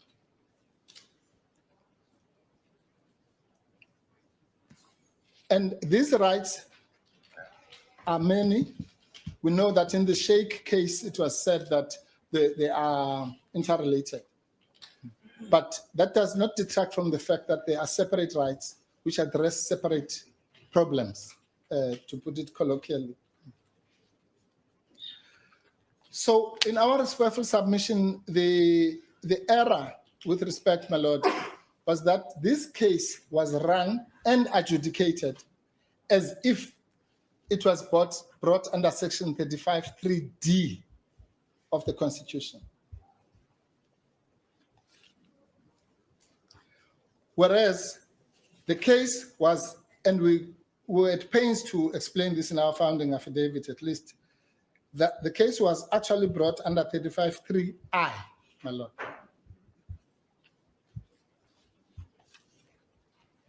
And I will demonstrate very briefly, my lord, why that mistake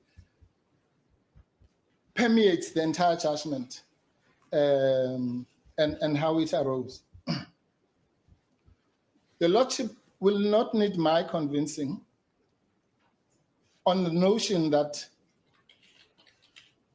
fair trial rights as defined in section 35(3)(d) are a separate and distinct matter to fair trial rights as explained in 35(3)(i) or any other, I think F is the right to legal representation and so on. All of them are different. And when the court inadvertently, with respect, then determines the matter on the basis of the one when it is the other, then that alone is a matter which a higher court would have to determine. So just that aspect, my lord, is sufficient for your lordship to grant leave to appeal. Because your lordship will simply be saying, well, I may have been right if the correct premise of the case had been determined. But I don't know what I would have decided had I looked at it differently.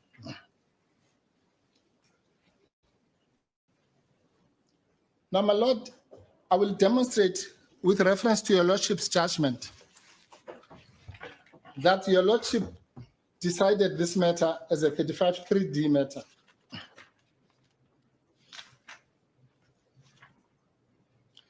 The first sign is that your lordship's judgment is squarely premised on the accused, both accused, having failed to meet the test in Bodmer versus else. There's no doubt about it. My learned friend, Mr. Breitenbach, repeated that this morning.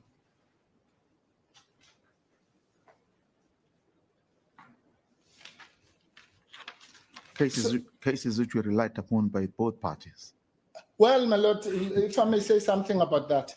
Your lordship, again, and I don't think your lordship, I'm prepared to, your lordship says at the beginning of paragraph 11, in support of their contention for and against the grant of the declaratory relief, both the state and the accused relied on Bodmer versus else and others.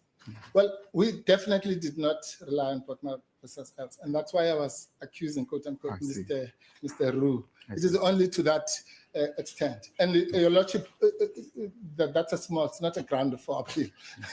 The point I'm making is that we deliberately did not rely on Bodmer versus else, because your lordship will remember that our entire case was based on the fact that this is not a 35(3)(d) matter. And that, my lord, Bodmer versus else is a constitutional court decision on 35(3)(d), not on 35(3)(i). And to make it clearer, you go to that, the reference to Bodmer versus else, my lord, you'll remember is from paragraph 11 onwards. And it goes on and then it quotes the test and so on. And then in case there's any doubt, your lordship at paragraph 18 then relies on Sanderson for the conclusion that Mr. Roux referred to, that the case is insufficiently established and so on. Now, both of those cases, Sanderson and Bodmer versus else, are the primary authorities on section 35(3)(d). So there can be no doubt that this court decided the matter as if it was a 35(3)(d) application. Now, the importance of that is this, my lord. Mr. Breitenbach correctly tells you that the test in Bodmer versus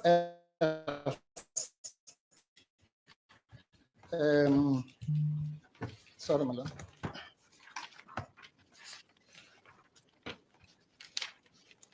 I don't want to misquote my learned friend.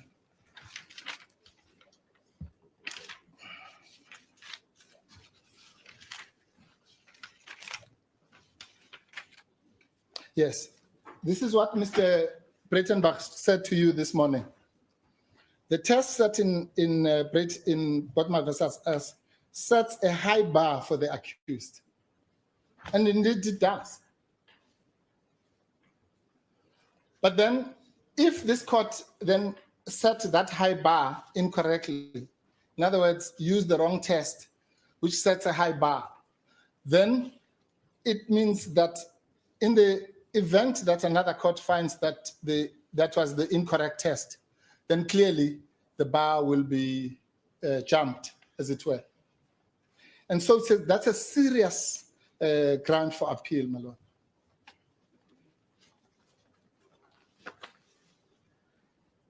And again, I don't want to say that our learned friends dragged the case towards 35(3)(d) so that to set the higher bar. It was set by the courts. Why is that so, my lord? It is because, for obvious reasons, the courts are reluctant to simply stay a prosecution. I mean, this could be multiple murders and all sorts of things. So if you come and say, well, you know, I'd like the case to be stopped because it has taken too long, the court it has to set a high bar. That test does not apply to 35(3)(I) for good reasons. My lord, let me, before I develop that point, I want to demonstrate how this problem arose. If your lordship would go to 124 or 123 of the previous record, I'll take your lordship there. Yes, your lordship doesn't have to go right now. At paragraph 141 of the affidavit of our learned friends, of Mr. Downer, it says, this is now the gist of their defense. As matters stand, therefore, Thales has not established that due to the delay, so that 35(3)(d), and especially the deaths of Mrs. Moynot and Tettard, it will suffer any trial prejudice and is in the legally relevant sense, namely, and then they repeat exactly the Bodmer test, that the delay has inevitably and irremediably tainted the overall substantive fairness of the trial if it were to commence, because there is no way in which the fairness of the trial can be sustained. Those words come literally from Bodmer versus Ernst. And then they say, Thales has not established the exceptional circumstances necessary to warrant amounts to the extraordinary remedy of a permanent stay of its prosecution prior to the commencement of the hearing. So they responded to the matter as if the Thales application is a permanent stay application, which it was not. Then they say the proper course to follow and so on. Now, if you then go to the last paragraph of their affidavit, my lord, makes it clear it's 140. Lordship can just note that it's paragraph 192 at page 140, paginated page 140. This is now the coup de grace at the end of the case. They say, although the relief Thales is seeking is, as far as the state is aware, unprecedented, the state does not take issue with Thales seeking such relief because, in substance, it is seeking a permanent stay of prosecution based on alleged infringement of its constitutional rights to a fair criminal trial. Well, that was completely wrong. It was a deliberate, well, I don't know if I want to go that far, but it was a mischaracterization of the application of Thales, and certainly the application by the first accused. And that is wrong, my lord, because, and this time I'm coming in defense of Mr. Roux. Because in their application, sorry, my lord, I'll give your lordship the reference. In their application, and this was considered this morning, so again, I don't have to give you the reference.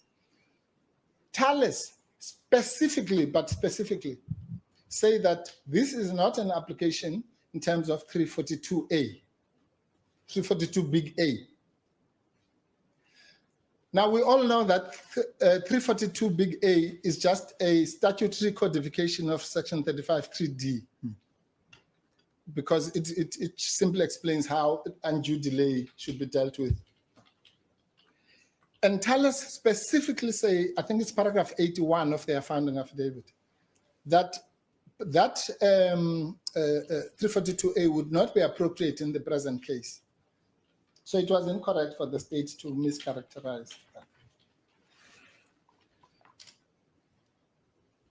Now, my lord, with the greatest respect, that would be sufficient, because remember that ground permeates right through. Because if your lordship, with respect, was unduly detracted to an off-ramp of section 35(3)(d), then of course the implications of that would cover the entire judgment. And let me make this point, my lord, to illustrate again that this is not just a semantic thing of saying 35(3)(d), 35(3)(i). The danger in conflating these two is exactly what happened, that they say, well, then there's no prejudice. And your lordship, of course, in paragraph 18 says the same. But here's the catch. Prejudice a la 35(3)(d) is not the same thing as prejudice a la 35(3)(i). So just because you use the English word prejudice does not mean that the two prejudices are the same. Just as, my lord, you accept prejudice when you are not given your right to legal representation is a different kind of prejudice. So all the separate steps in 35(3) have different types of prejudices. So the prejudice test that they used was the wrong prejudice test. And the court also therefore applied the wrong prejudice test. Because the prejudice, and that goes to Mr. Rue's core argument, the prejudice you suffer by undue delay and the prejudice you suffer by lacking the right to cross-examine are qualitatively and jurisprudentially different things. To present evidence and cross-examine. Absolutely. To adduce and cross-examine, as the court pleases, my lord. Because the prejudice of not being able to adduce or cross-examine is fatal and final and conclusive. It cannot be redeemed. Whereas the delay, you can find ways to ameliorate and so on. But here, my lord, you are talking about, to put it crudely, witnesses, key witnesses who are dead.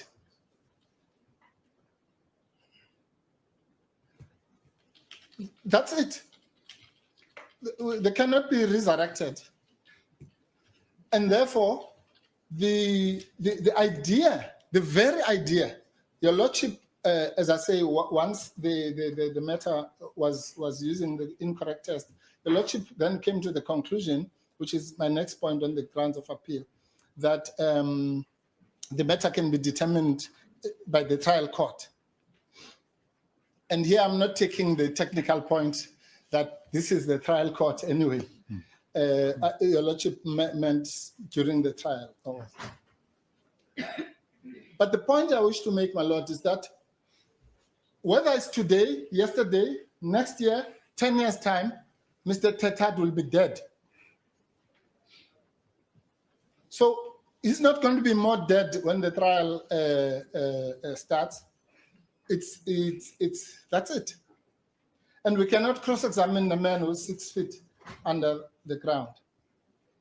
Today, tomorrow, during the trial, after the trial, and forever. And therefore, that kind of prejudice, I'm simply making the point, my lord, that prejudice is irredeemable and is determinable right now.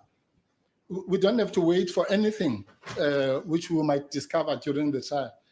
We know already that, and this, my lord, must be tied with the third point and hopefully my last point on the grounds of appeal, which is that nobody, and not even my learned friends, can contest, my lord, the fact that Mr. Tetad is a key witness, pivotal. If there's another big word, I'll ask Mr. Masuku for it. But the point, my lord, is that this case, we must not forget what this case is about. If you walked around in the street, my lord, and asked anybody, what is Mr. Zuma in court for? they're going to say it's an arms deal case. What about the arms deal? Encrypted facts. Everybody knows that. People who don't know all the facts about this case as we do know those two things. The author of the encrypted facts is dead.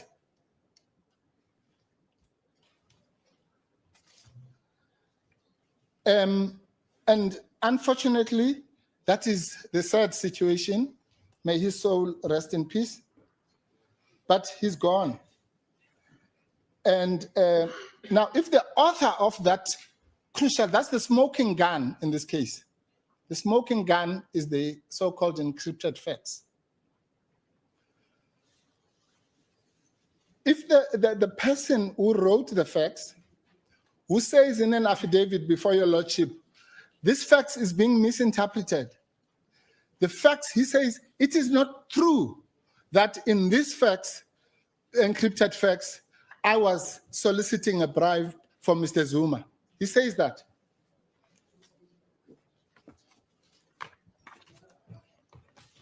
And that statement, he takes to the grave.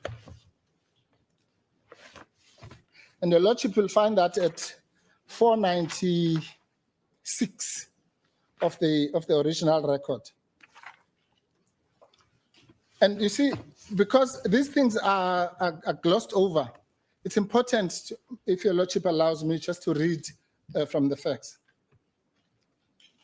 Mr. Tetad wrote the facts on, the affidavit. After he had, remember, there was another affidavit where he had agreed to the authorship of the yes. Then he says, in his other affidavit, I was bothered by the fact that I had to do this cryptic affidavit that simply says I'm the author. And I kept on bothering the people until they said, okay, do the one where you want to explain. And he did. And this is what he says.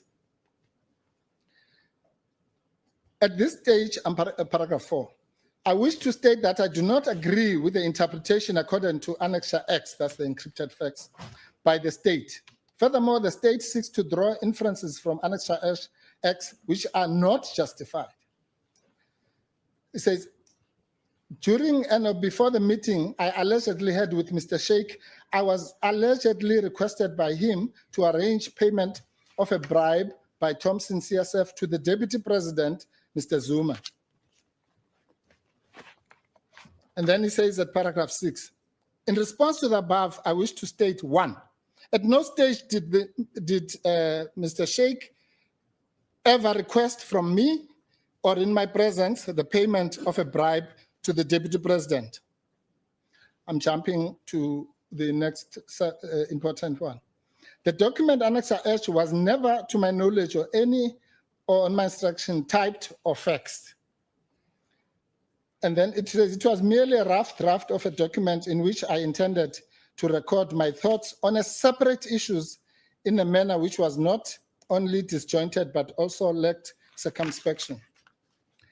And then that's the gist, my lord. In other words, the author of the encrypted facts and this affidavit says it is not what the state says it says. Now, of course, your lordship knows sufficiently that that is the stuff cross-examination is made of. If Mr. Tetad was in the box right now, Mr. Roux has a right to call him to adduce his evidence to support his case. But we have a bigger right, my lord, to cross-examine him. Because, as your lordship knows, we have a right, the right to cross-examine even a co-accused. Both of those rights, in respect of Thales and ourselves, to adduce and to cross-examine, are contained in Section 35(3)(I), and both of them are gone forever.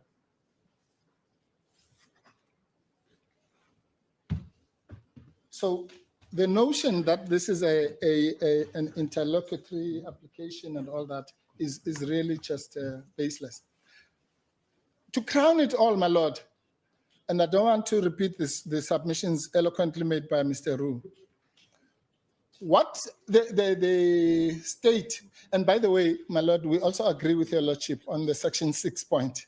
I'm glad. I thought there's going to be another fight between me and Mr. Ru, but fortunately, he also agrees that your lordship was correct in terms of section 6.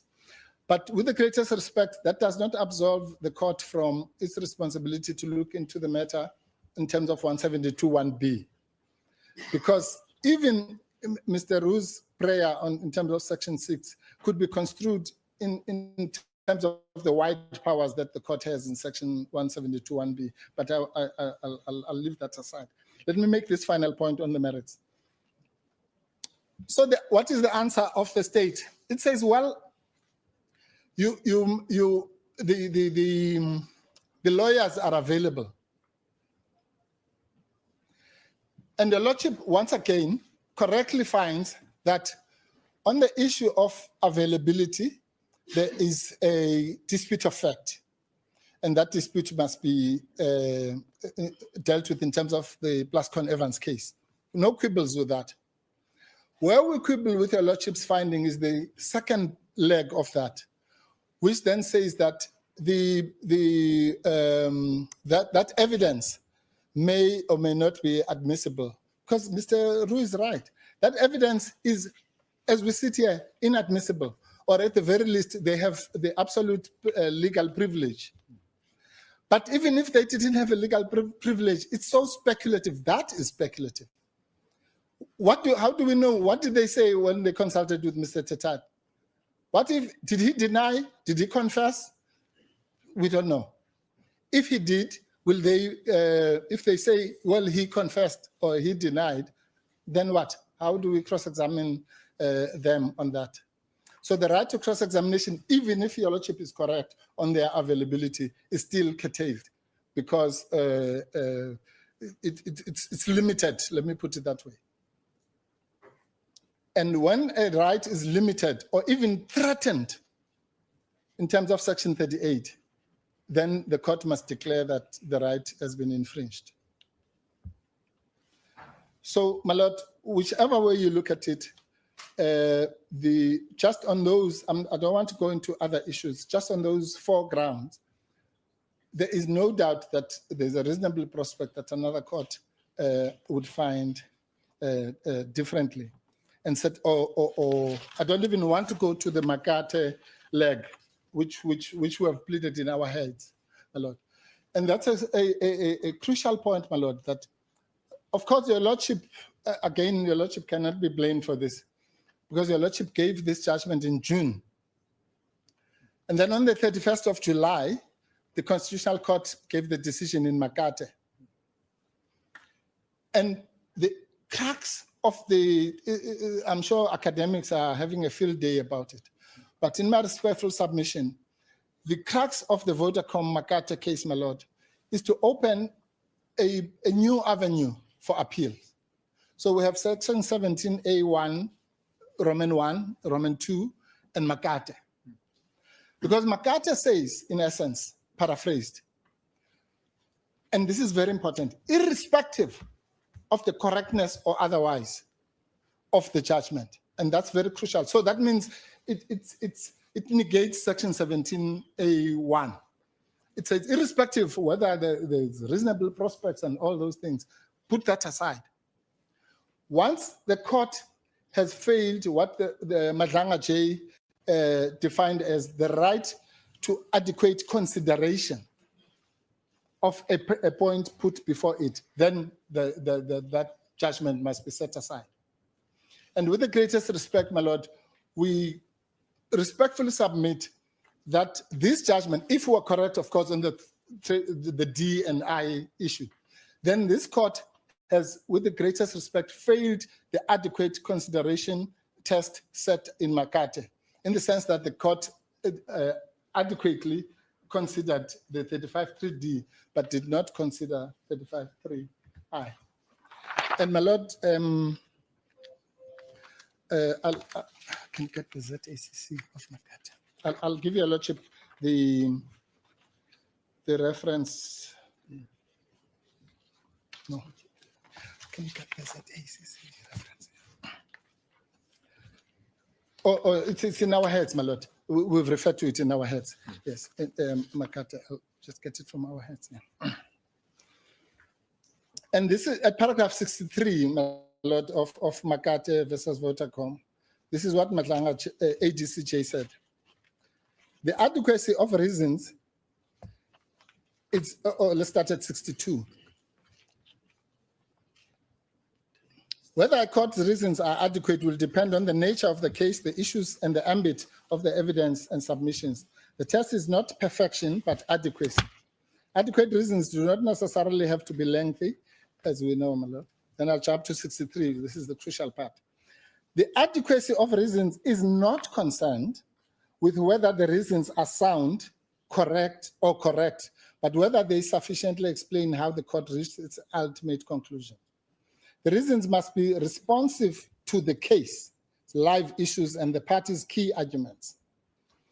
The more complex and extensive the evidence and arguments, the more extensive will the reasons normally need to be in order to meet the test of adequacy. The reasons must be such as to enable the losing party to see that the court has decided the case that was argued and understand why that party lost. Reasons must also be such as to enable an appellate court to follow the court's reasoning with a view of assessing whether it was right or wrong. Reasons must disclose the path of reasoning. And to close that chapter, my lord, our respectful submission, if we are correct that the court was, as you say, waylaid, and therefore did not deal with the case before it, then the Makate test as well as the other tests have not been met. Then, my lord, if I may, then jump to the second application. And again, your lordship will forgive me if I jump back to the application for leave to appeal for purposes of illustration. Well, my lord, this application, and I agree with respect to Mr. Roux that firstly it's mischaracterized, sensationally called the Stop Stalingrad application. There's no such thing as a Stop Stalingrad application. It's an invention of the NPA. But well, if they have a freedom to call it what they want, we call it the Zuma must fall application. And as far as that application is concerned, my lord, and here I join issue with the cracks of that application. My lord, at paragraph 5 of our learned friend's founding affidavit, can get me the paginated number, paragraph 5. They say the state brings this application because of the accused implementation of a Stalingrad criminal defense litigation strategy. So there is the foundation of this application. Everything that follows in that affidavit is based on that. That's the very first paragraph that they put, paragraph 5, after identifying the deponent.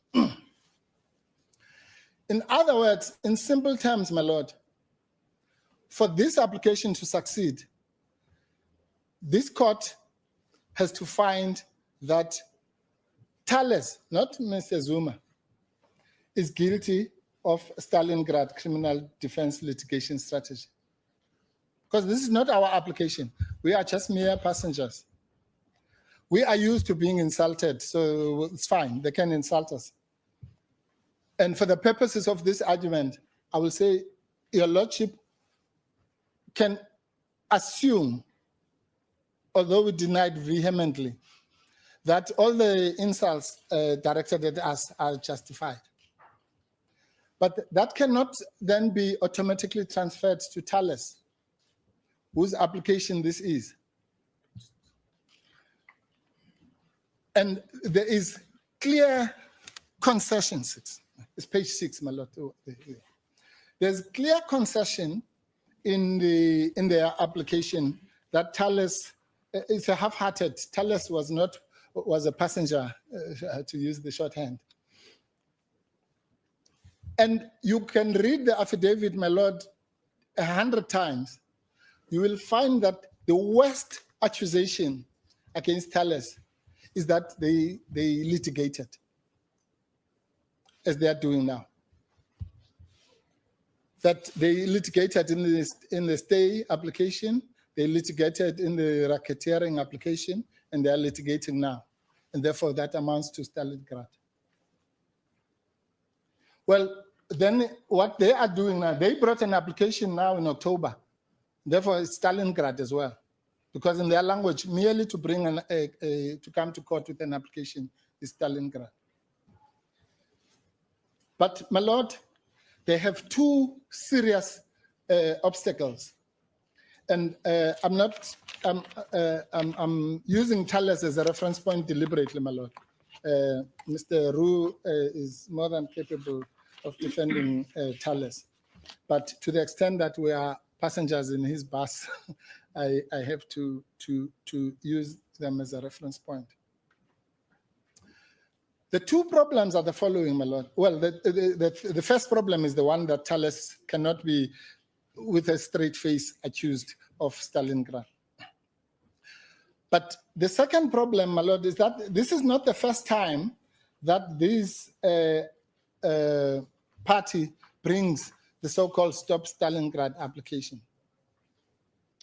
They can call it whatever they've called, but that's exactly what they did here in 2022, before Justice Kuhn.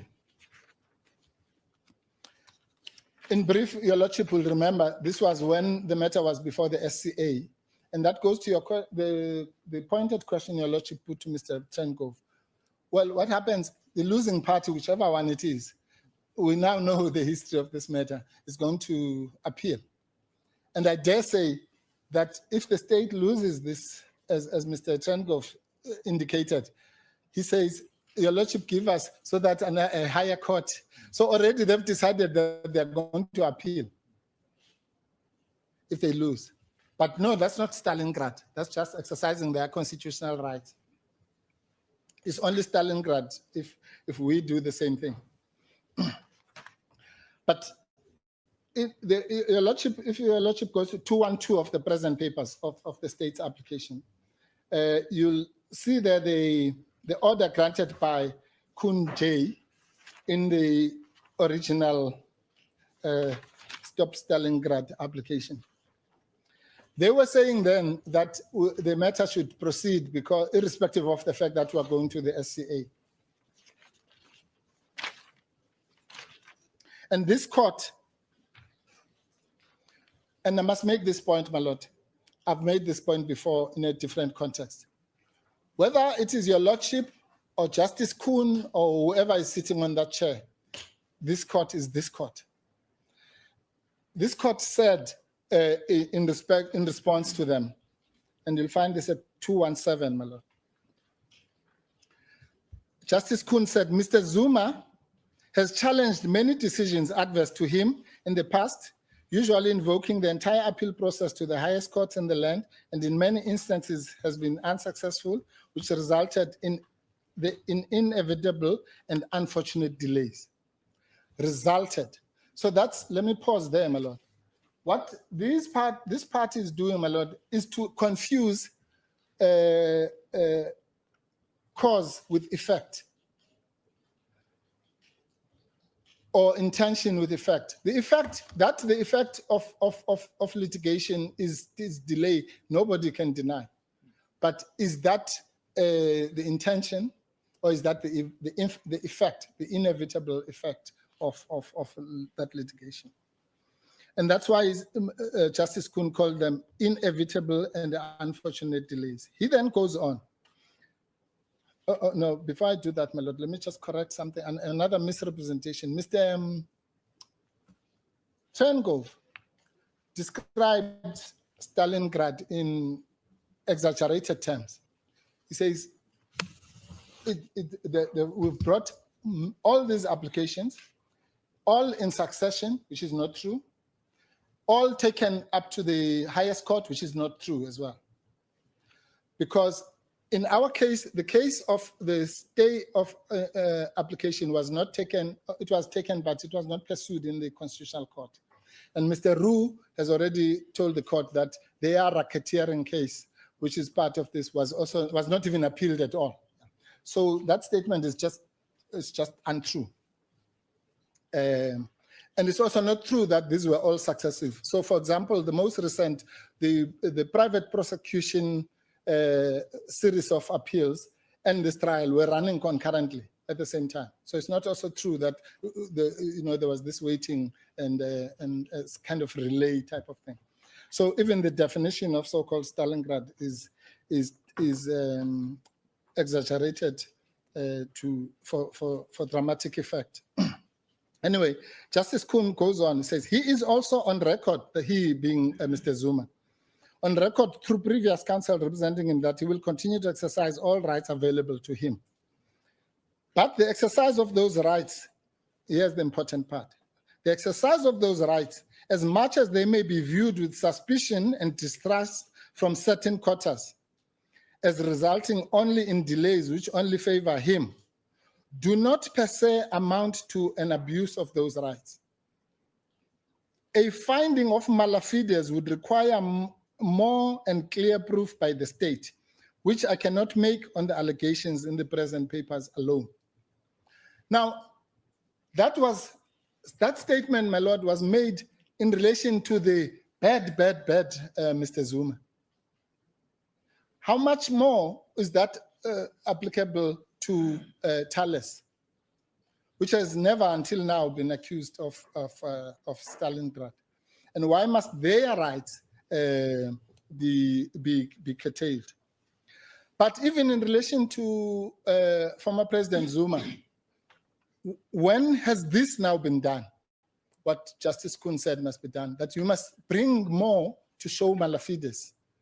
It has not been done. It has not been done in respect of us. It has not been done, certainly not been done in respect of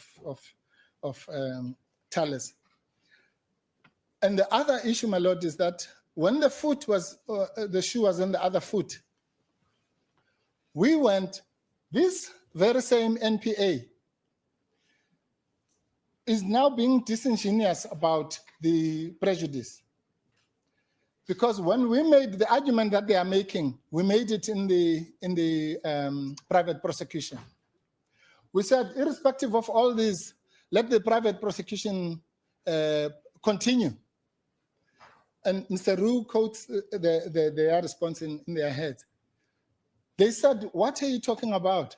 How can the private prosecution continue? Because Mr. Downer, who was the accused in that matter, will obviously be prejudiced. He'll have to go through the trial and the embarrassment and all sorts of things were said. And the court, including the SCA, agreed with them that it would be prejudicial for Mr. Downer and Ms. Mon then to be subjected to the trial while these appeals were continuing. Now, all of a sudden, there's no prejudice to Mr. Zuma and Thales if the trial continues and it is found. Remember, the formulation will be that the trial must continue and it may be found at the end that the trial was unfair, which is exactly what they were arguing. So it's a self-serving argument which is contrived and tailored for their own convenience. So this court would have to find, to grant them the relief, my lord, this court would have to find that what Kuhn J said, or what this court said, was clearly wrong. Well, it was not even wrong at all, let alone clearly wrong. Because as we know, in the rules of stare decisis, for the court to depart from its own finding, then it must find that it was clearly wrong. Well, there's nothing, with the greatest respect, that has been said in this case, which renders that decision clearly wrong. But a more serious problem and a more direct problem that they have, my lord, is your lordship's judgment. Remember, my lord, Well, every time the NPA opens its mouth, Stalingrad. I've been here for about 4 or 5 years. There's not a single procedure that has been said in this court without them invoking Stalingrad. And this current case against which we are appealing is no exception. Your Lordship knows that they went chapter and verse and put annexures of this size to demonstrate the so-called Stalingrad defense. We also went chapter and verse to demonstrate that actually they were responsible for more than half of the delays of the past 18 years. And by the way, I don't know, maybe the NPA is not well known for its arithmetic, but I find it very interesting that 3 years ago, they argued standing here that the delays of the Stalingrad were 20 years. Now, 3 years later, they say it's 18 years. So it means for the NPA, the years are shrinking. But be that as it may. What this court did, my lord, in its wisdom, was to say at paragraph, I think it's 10, my lord, of your lordship's judgment. Your lordship said, in the papers, the parties spent a considerable amount of time on the issue of delay in the prosecution of Mr. Zuma and Thales. It is common cause that there has been a considerable delay in the prosecution of both Mr. Zuma and Thales. It is common cause. However, says this court, in the light of the view I take on this matter, I do not consider it appropriate to engage in the exercise of attributing blame to any party for the delay. How, my lord? Yeah, of course, I have no doubt, my lord. All of us, we can put bets as to why your lordship did that. But your lordship did that deliberately, with your lordship's eyes respectfully open, and for reasons which may or may not be clear to some. But whatever the reasons, your lordship did it. Now, I ask this question rhetorically, my lord. How is the NPA going to jump over this hurdle? If in proceedings where we all went chapter and verse about Stalingrad, for and against, your lordship said, I'm not going to decide the matter. I'm leaving it like that as to who's to blame. But this application cannot be decided, as we've demonstrated, unless your lordship makes that decision. So your lordship is now being forced, as it were, on appeal to revisit the decision that he said, I'm not going to make. Now you must make it, because there's no ways they can succeed without your lordship having found that we're guilty of Stalingrad. And so is Thales. It's impossible to determine the second application without that finding. And they say so themselves at paragraph 5, that it's based on our alleged Stalingrad thing. Now, there's no cross appeal. If they said no, his lordship was wrong to take this approach, he should have decided the matter of Stalingrad.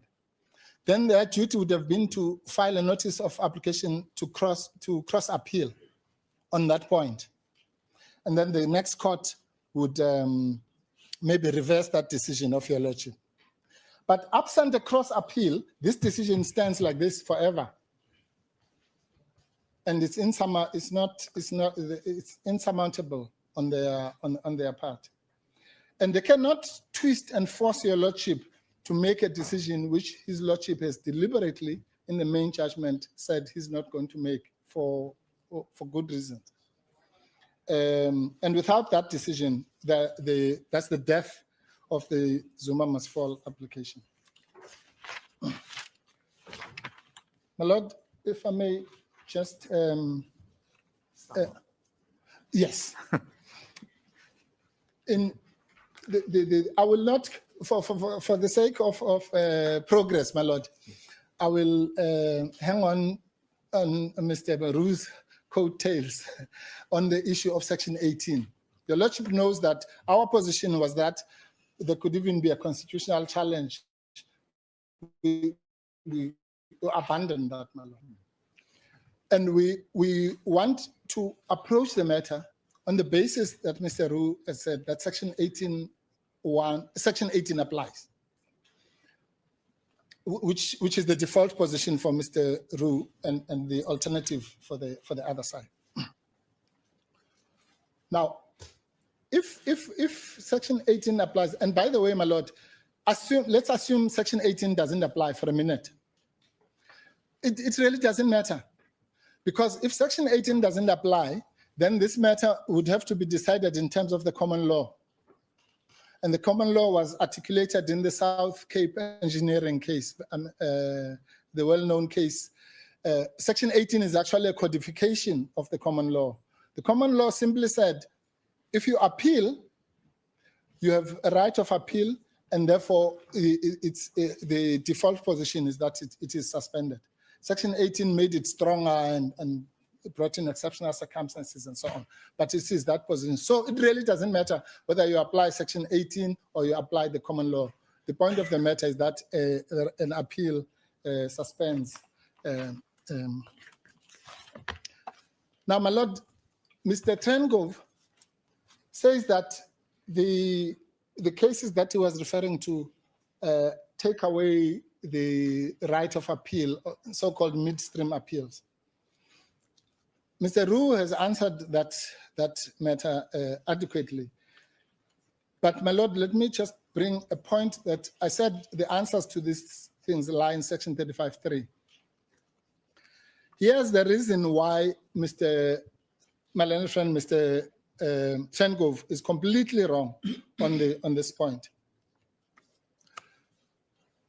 No case that he can read, or even legislation, can supersede the Constitution. The Constitution says, my lord, in Section 35.3(o). Remember, we've dealt with 35.3(d) and I.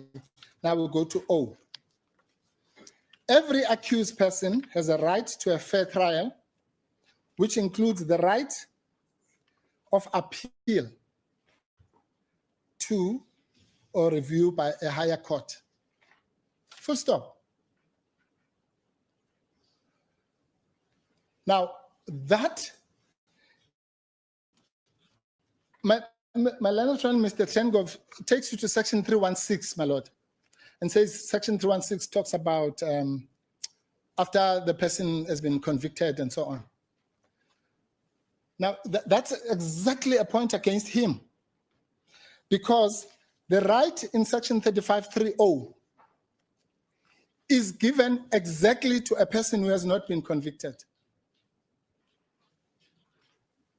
Because when the writers of the Constitution say every accused person, an accused person is a person who has not been convicted. If it was dealing with every convicted person, it would have said so. But once it says every accused person has a right to appeal, then it's talking about these two parties. And that constitutional right is sacrosanct. It is one where, my lord, the only way your lordship could limit that right is if there was a Section 36 limitation analysis. That has not been done by our learned friends.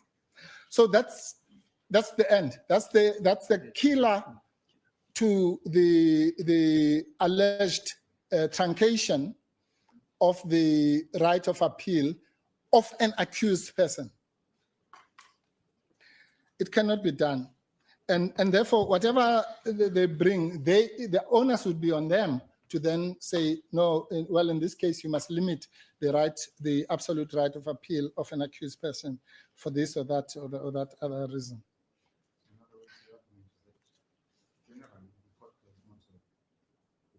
Deny a litigant the right to appeal. Absolutely. And if, or to limit, I like the language of Section 36, my lord, uses the word limit deliberately. And in Curry and Deval, they say these words are synonymous. Infringe, violate, limit means the same thing in the constitutional context. So to the extent that your lordship would be limiting the right of appeal of these two parties in any form, by saying, well, unlike all the people in South Africa who, when they are appealing, everything must be suspended.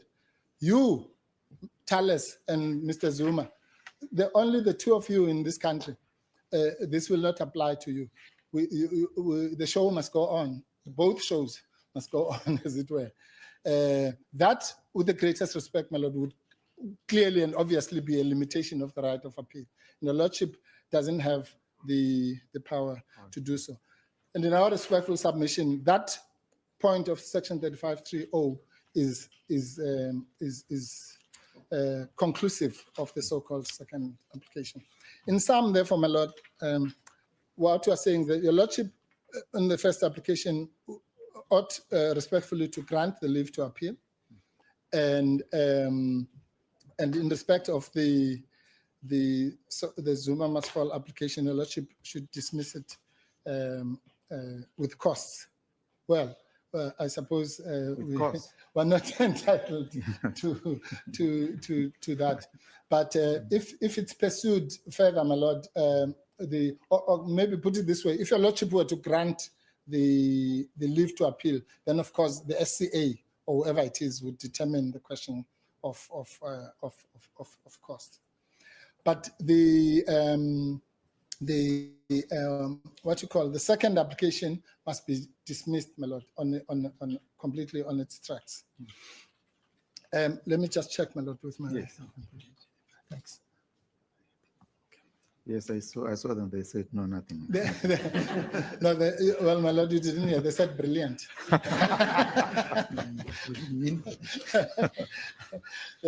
Yes. Clearly, that didn't come from this side. Yes. My lord, with the greatest respect, those are our submissions, and we have tried, as it were, to counterpose the two applications together, and the outcome of those applications must clearly be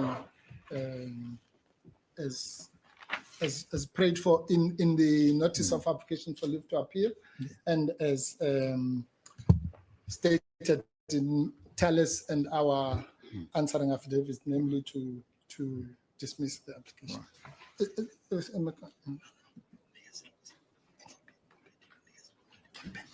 Oh, yes.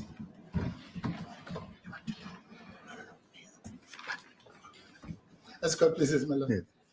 My lord friend, Mr. Masuku, was kindly asking us to hand over the pulpit. I see. It's good. To Reverend Tengrove. Yes, the Reverend Tremco. Tengrove. So who is going to reply? Is it both of you, or is it only Mr.? Who's going to reply? Is it both of you, or is it only you, Mr. Tremco? Yes, my lord, but we're limited to half an hour, All right. so we promise not to be long. Okay.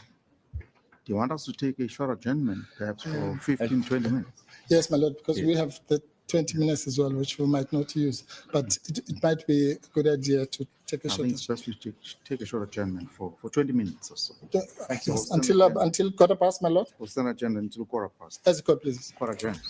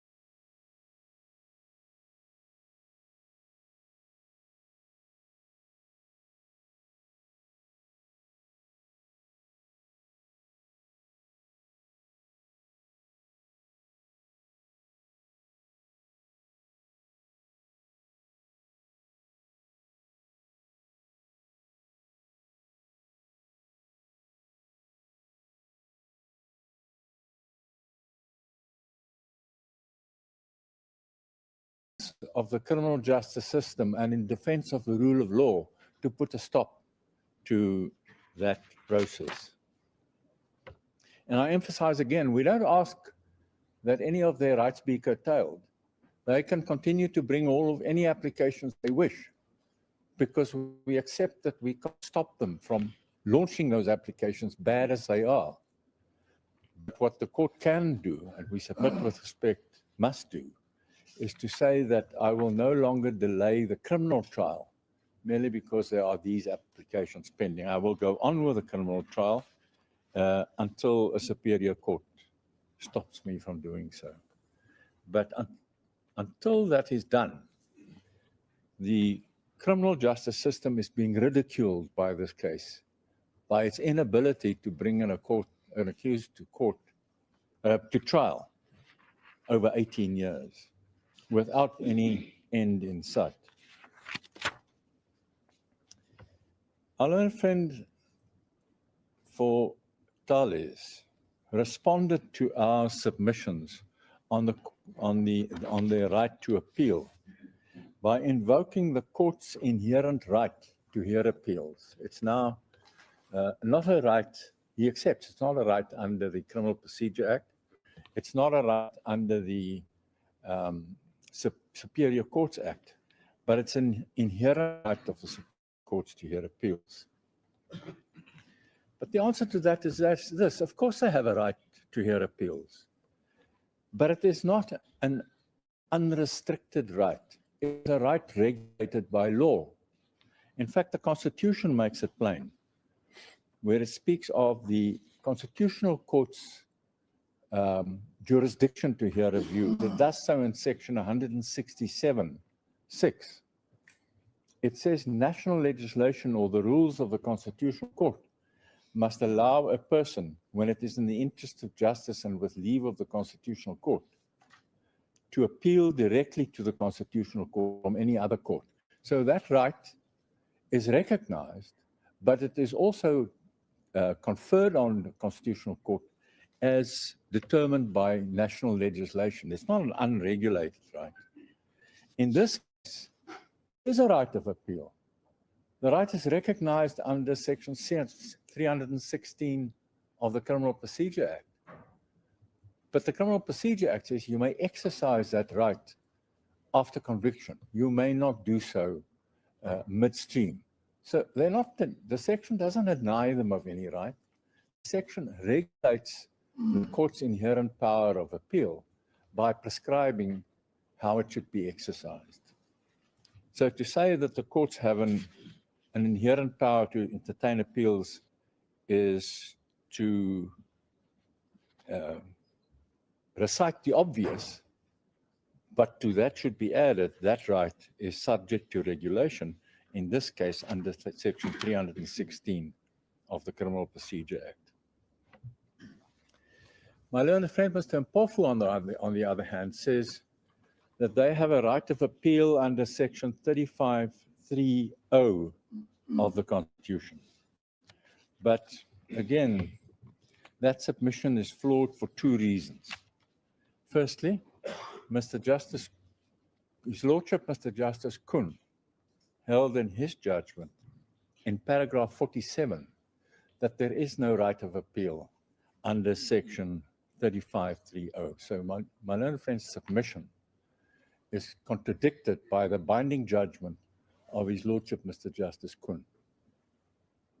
But in the second place, all the Constitution does in 35(3)(0) is to say every accused has a right to appeal, full stop. It doesn't say every person has a right to appeal midstream. The right of an accused to appeal is recognized and entrenched in section 316 of the Criminal Procedure Act. So it gives effect to the constitutional right, but prescribes the manner and timing of its exercise, so that it is the invocation of section 35(3)(0), firstly, is precluded by His Lordship, Mr. Justice Kun's judgment, and in any event does not take the matter any further. Lord, those are our submissions on the Stop Stalingrad application. My learned friend has a few. Waiting.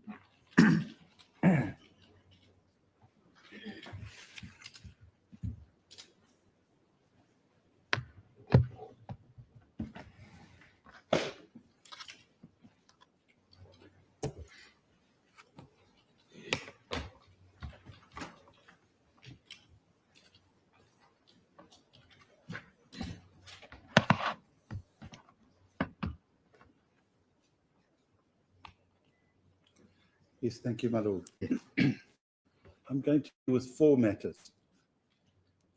Firstly, our colleagues for Thales said Messrs. Tetard and Moino featured prominently in the indictment. And as regards Mr. Tetard, he added that even if Mr. Tetard was unwilling to testify, it would have subpoenaed him to give evidence. Now, our colleague's emphasis on Mr. Tetard is understandable, because in the indictment he does feature more prominently than Mr. Moino does.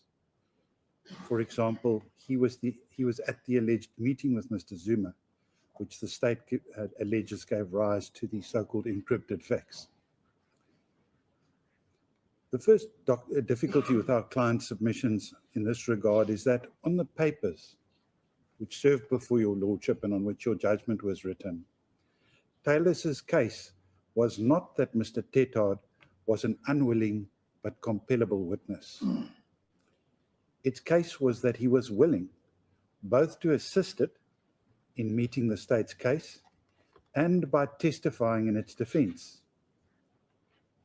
In other words, Thales expressly relied on Mr. Tetard's willingness, had he been alive, both to assist it in challenging the state's case and to testify for it.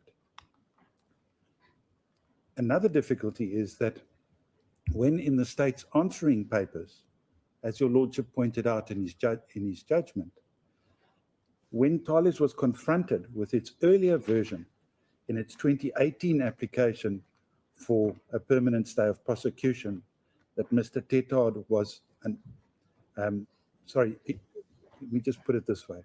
Another difficulty is in 2018, in the earlier stay of prosecution application, Thales' version was that Mr. Tetard was an unwilling witness. And when that was pointed out in the state's answering papers in the present application, and the state in those papers challenged Thales to explain in reply when between 2018 and his death in 2022, Mr. Thales' attitude changed. Mr. Thales' deponent was silent. They did not address that. And in the circumstances, you can assume and proceed on the assumption that nothing they could have said would have addressed that difficulty, the fundamental chopping and changing of their approach. Our colleague for Thales, and I'm now on my second point, for Thales also referred to Thales' legal professional privilege, protecting the secrecy of whatever Messrs. Tetard and Moino told the Thales lawyers, Mr. Dryman and Ms. Gurrier. And he submitted that if at the trial, Thales nevertheless calls Mr. Dryman or Ms. Gurrier as witnesses to testify about what they were told, the state will be able to use its cross-examination of them to seek to elicit damaging evidence. In other words, evidence damaging to Thales' case. But with respect, the same problem for Thales would arise if Mr. Tetard and Mr. Moino were alive and they were willing to testify. And in the exercise of its Section 33 right to adduce evidence, Thales called them as witnesses. They too would be confronted.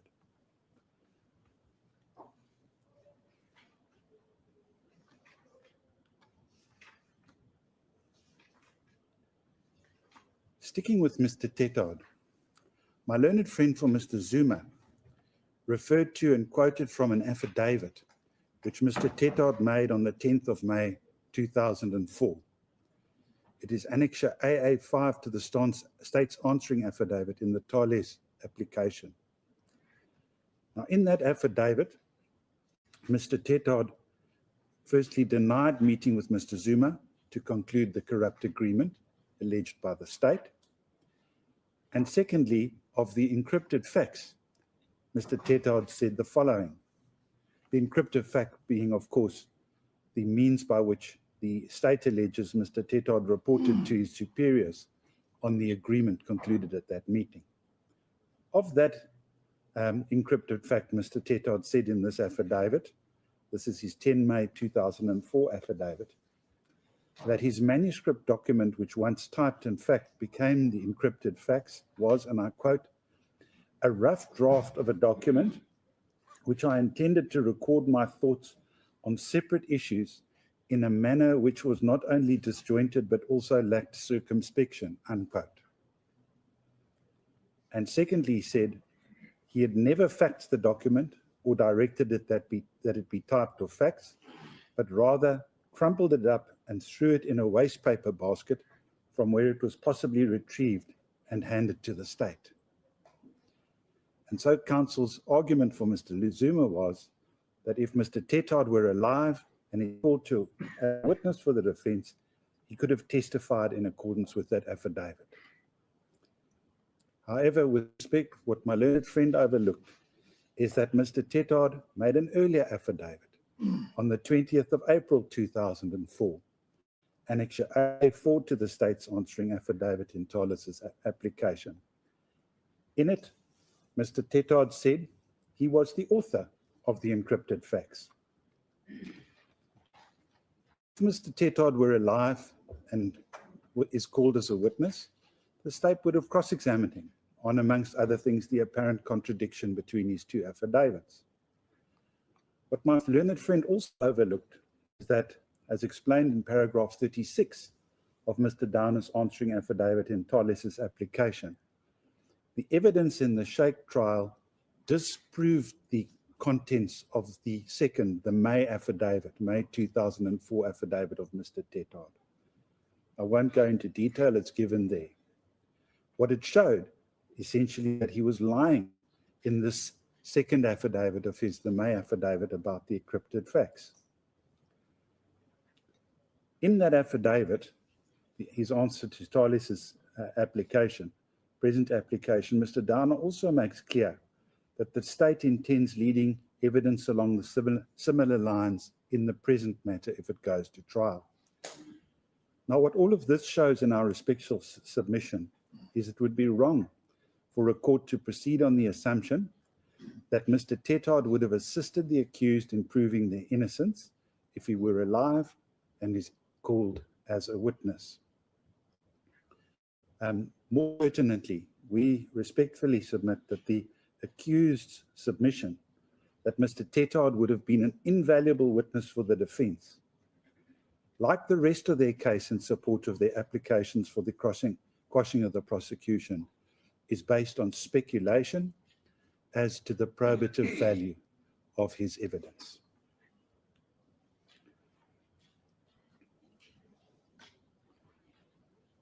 My learned friend for Mr. Zuma repeated and placed considerable emphasis on his contention that this court mischaracterized Thales' application as one brought under Section 35(3)(d) of the Constitution and not Section 35(3)(I).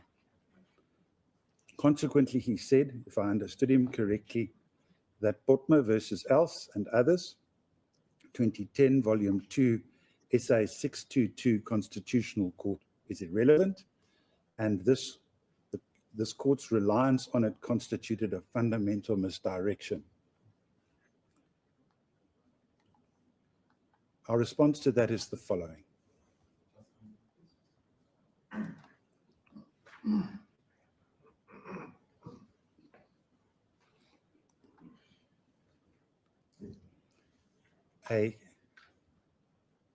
Even a cursory reading of Thales' founding affidavit, and certainly a close reading, will show that its application for the quashing of the prosecution, or in that application, its main cause of action was one of delay-induced trial prejudice, resulting in infringement of its Section 35(3)(I) right.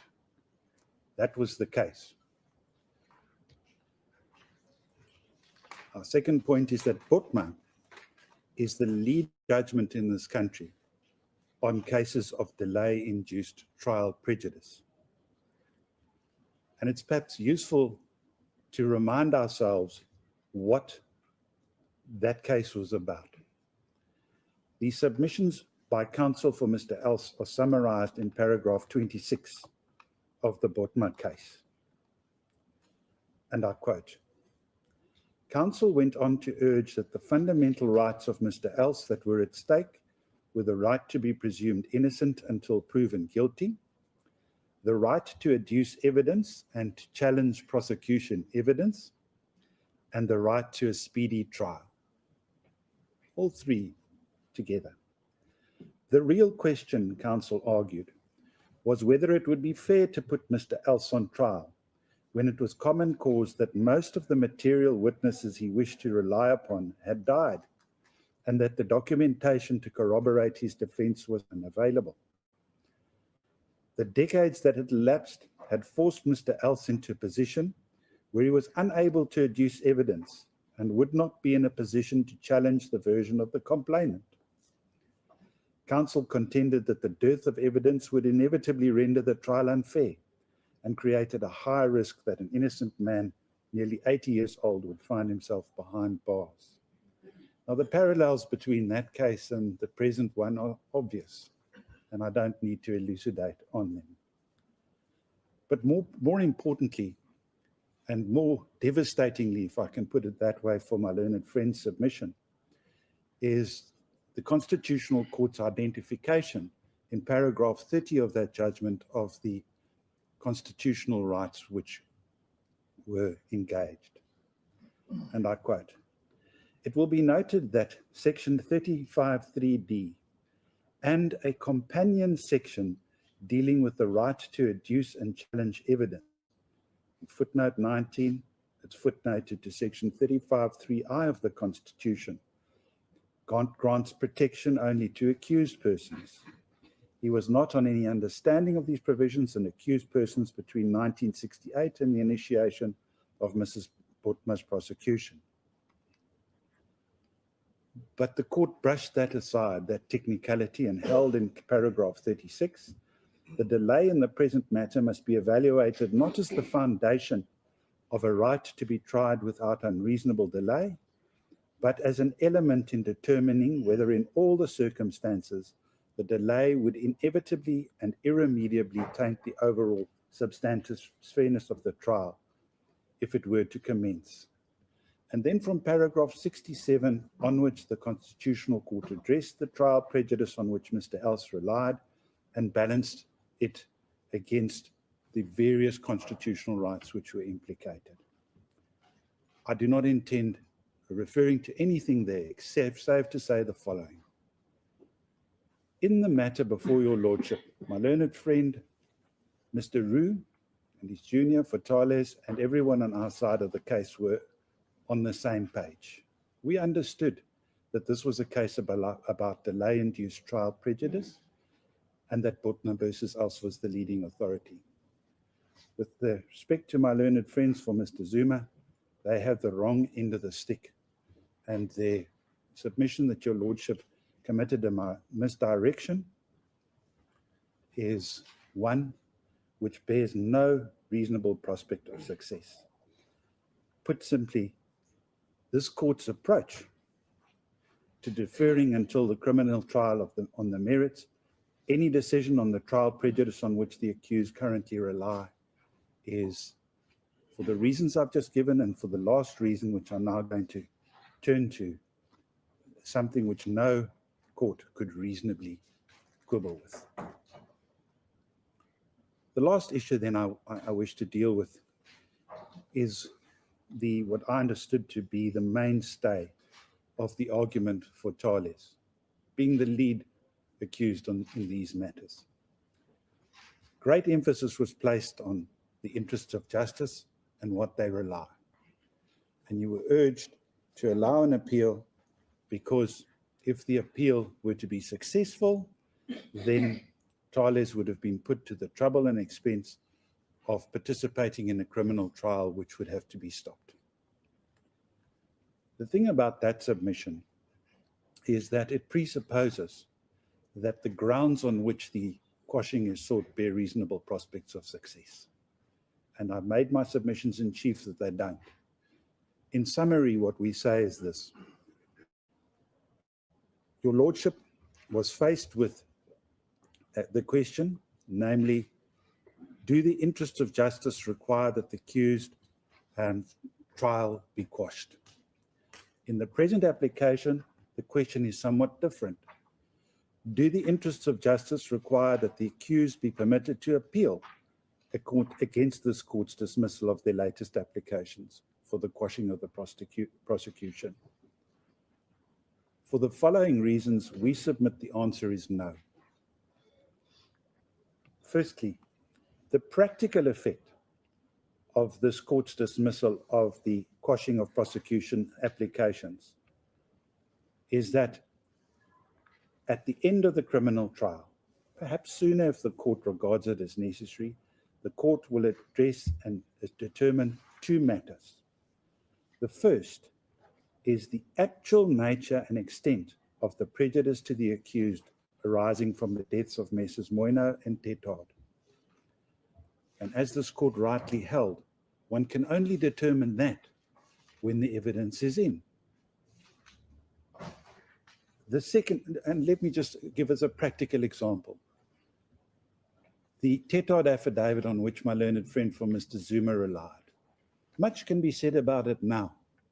But when the state has led all of the evidence or similar evidence to that which it led in the Sheikh trial, which my instructions are, prove conclusively that the encrypted fax was indeed sent, the court will be in a position to assess, well, what value would Mr. Tetard have been as a witness if he'd come and given evidence along the lines of the 10 May 2004 affidavit? Right now, none of us here can, and certainly not the court, can answer that question. It is something which depends on the evidence. And only once that question is answered can one answer the derivative question, what prejudice actually did the accused suffer as a result of the deaths of these two gentlemen, and what's the extent of that? And once the court has decided on that, that is obviously something which needs to go into the scale.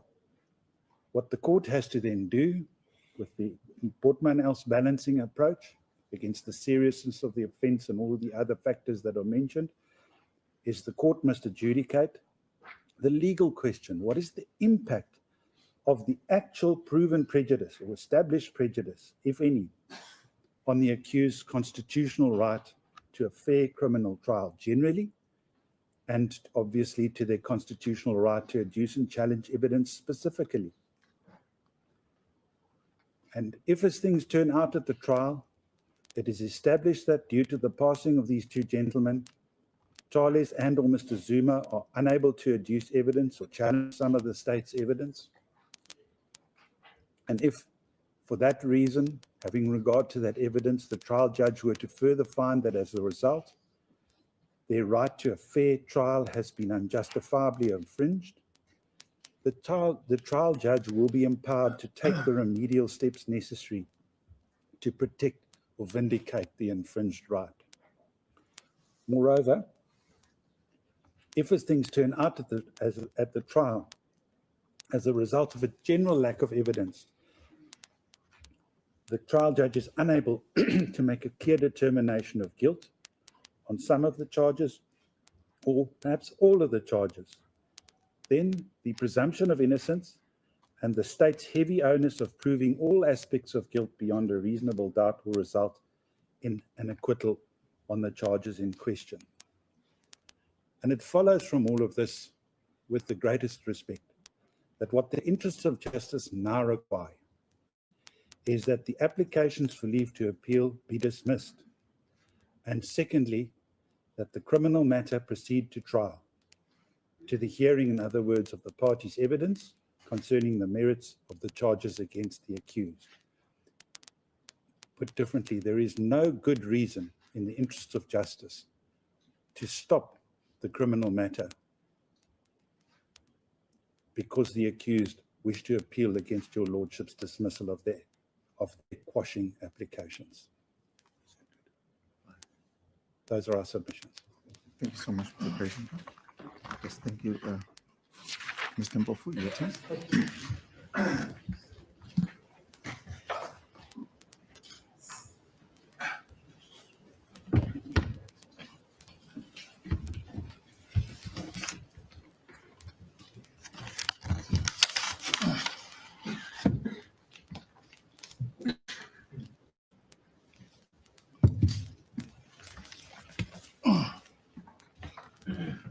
Thank you, Madam. As God pleases, my Lord. My Lord, I will again start with the Mr. President back section, the leave to appeal.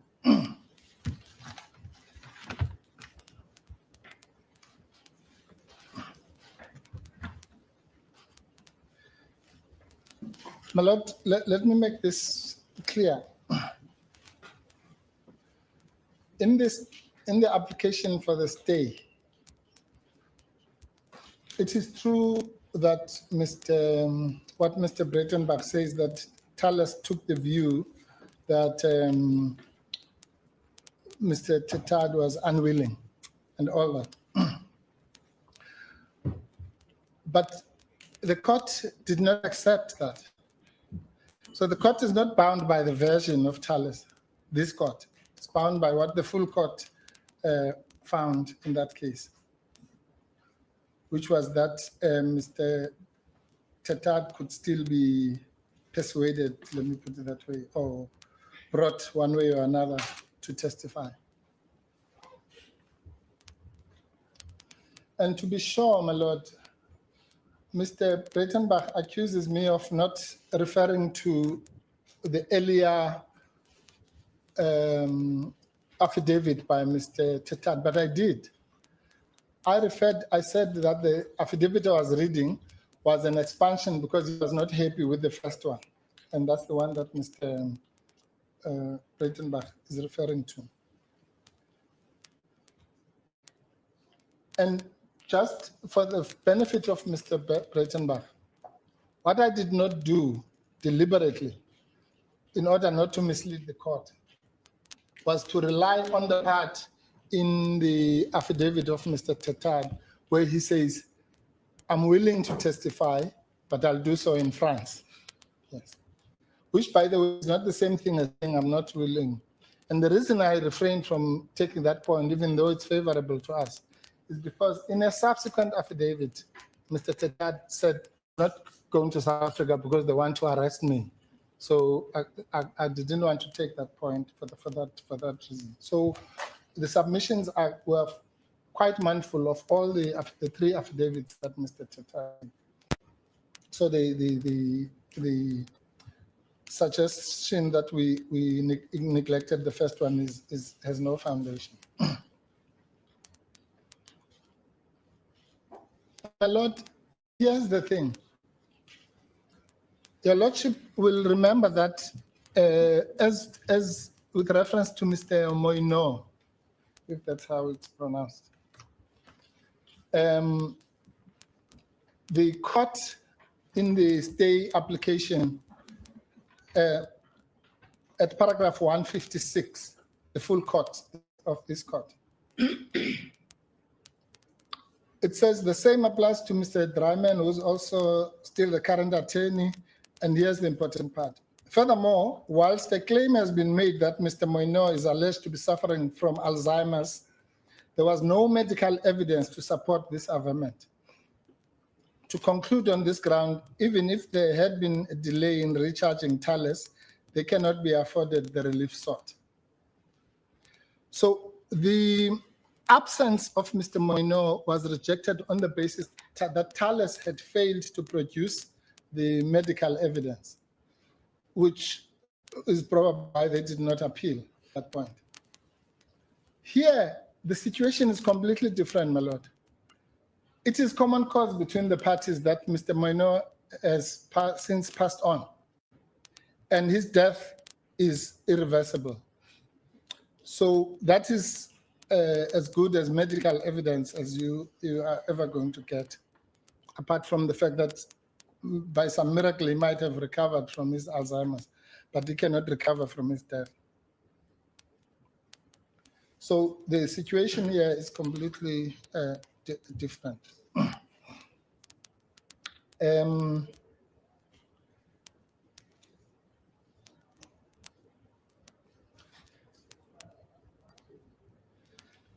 My Lord, the point we make about the mischaracterization of the matter is not a cheap point, Lord. It's a very serious matter.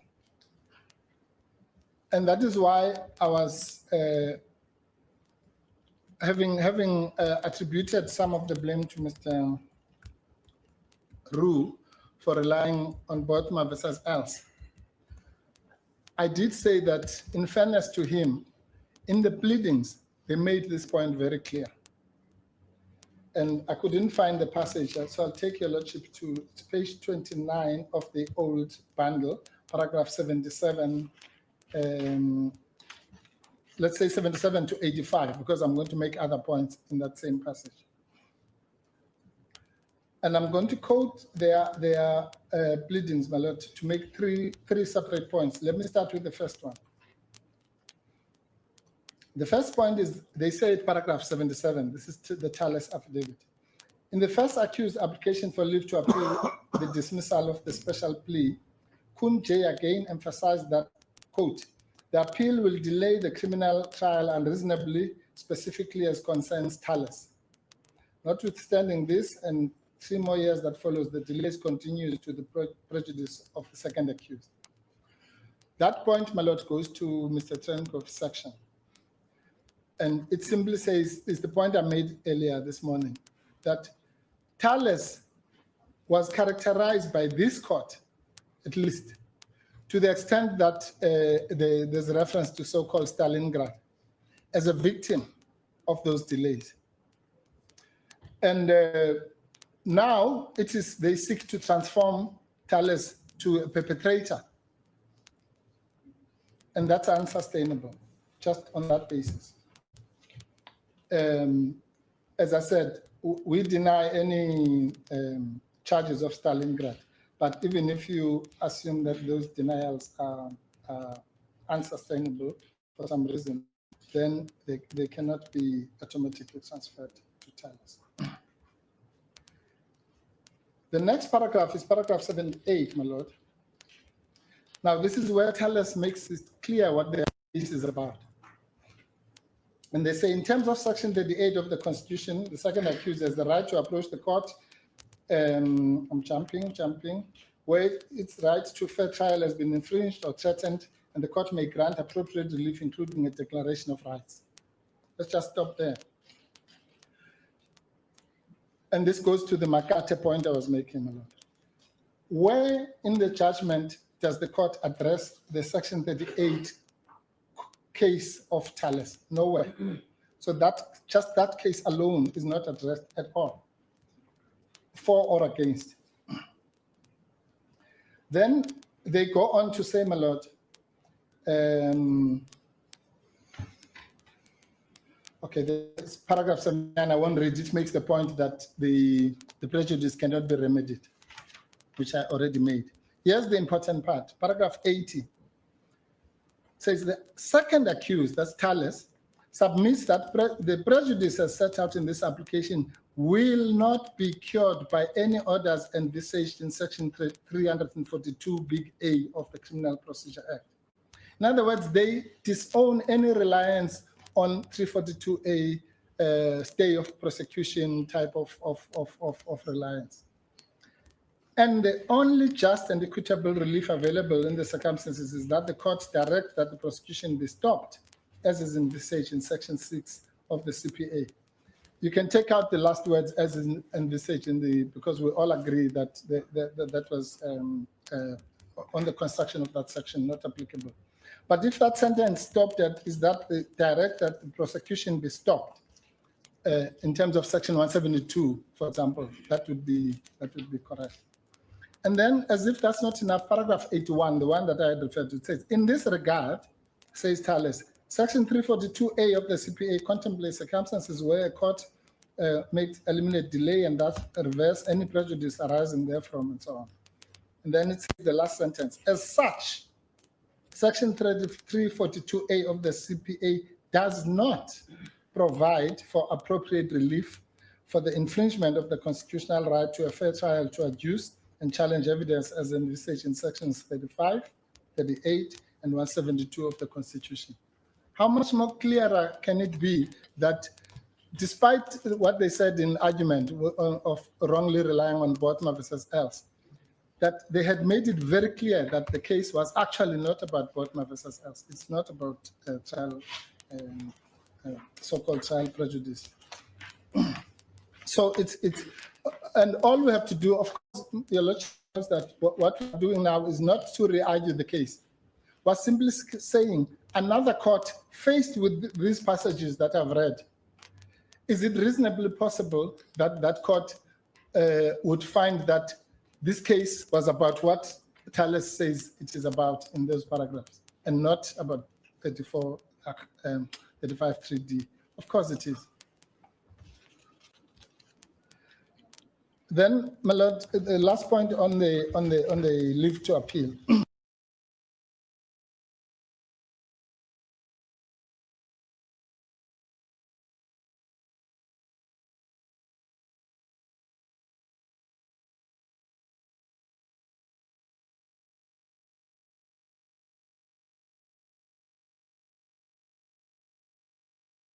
Then, my lord, the last point on the leave to appeal.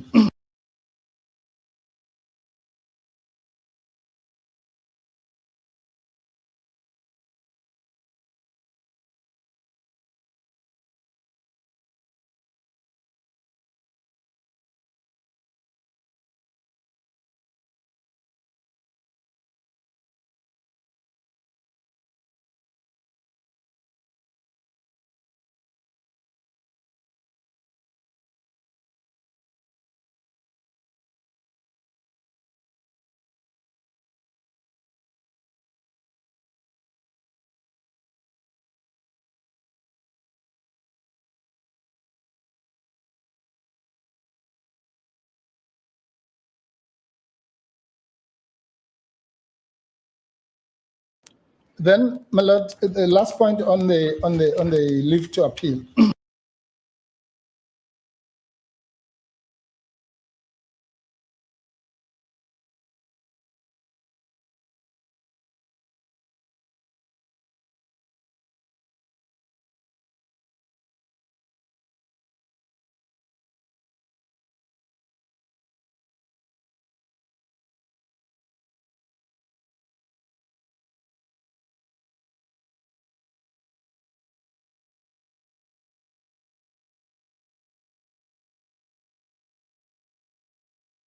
Then, my lord, the last point on the leave to appeal.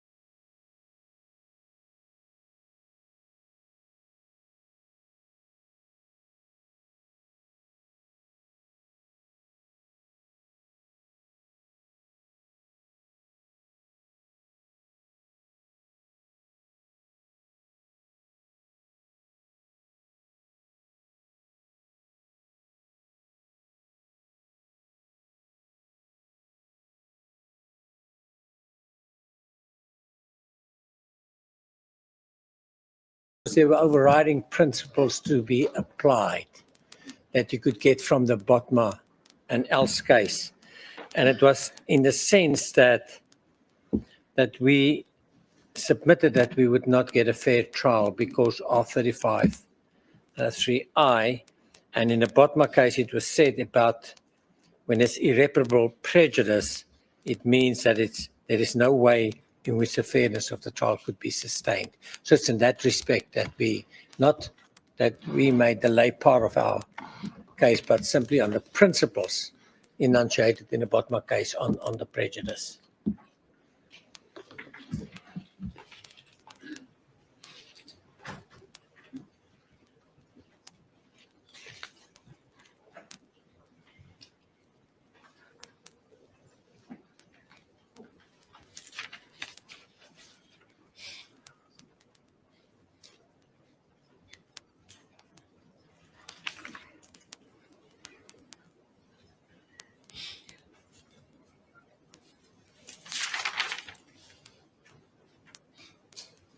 Are you expecting extempore judgment? Well, we have to adjourn this matter. I just want to bring to your attention the fact that I've got other commitments, as you would expect. Firstly, I'm doing duty in December. Then there's going to be a recess period. I'm supposed to go on leave with effect from January next year, but I will have to avail myself. I can only be in a position to avail myself on the 23rd of January 2026, if it suits you. It will be the first week of the session. Just for judgment in respect of both the state's application and the defense's application for leave to appeal. If that will be for judgment, could we, those of us who might not be available, be excused? And obviously, someone will be here to note the judgment. All right. Does the same apply to you, gentlemen? The same applies to us. Right. Okay. And to you as well. I almost forgot about you. All right. This matter is adjourned to Friday, the 23rd of January 2026, for judgment in respect of both the state's application and the defense's application for leave to appeal. Mr. Zuma and a representative of Thales they are excused from attending the court if this were desired. Right. And the only reason why the matter has to be adjourned is because it's a criminal matter. We can't just leave it hanging or adjourn it in a day. Right. It has to be adjourned to a specific date. 23 January 2026 for the judgment in respect of both the state's application and the defense's application for leave to appeal. Both Mr. Zuma and a representative of Thales are excused from attending court on that day. Court adjourns.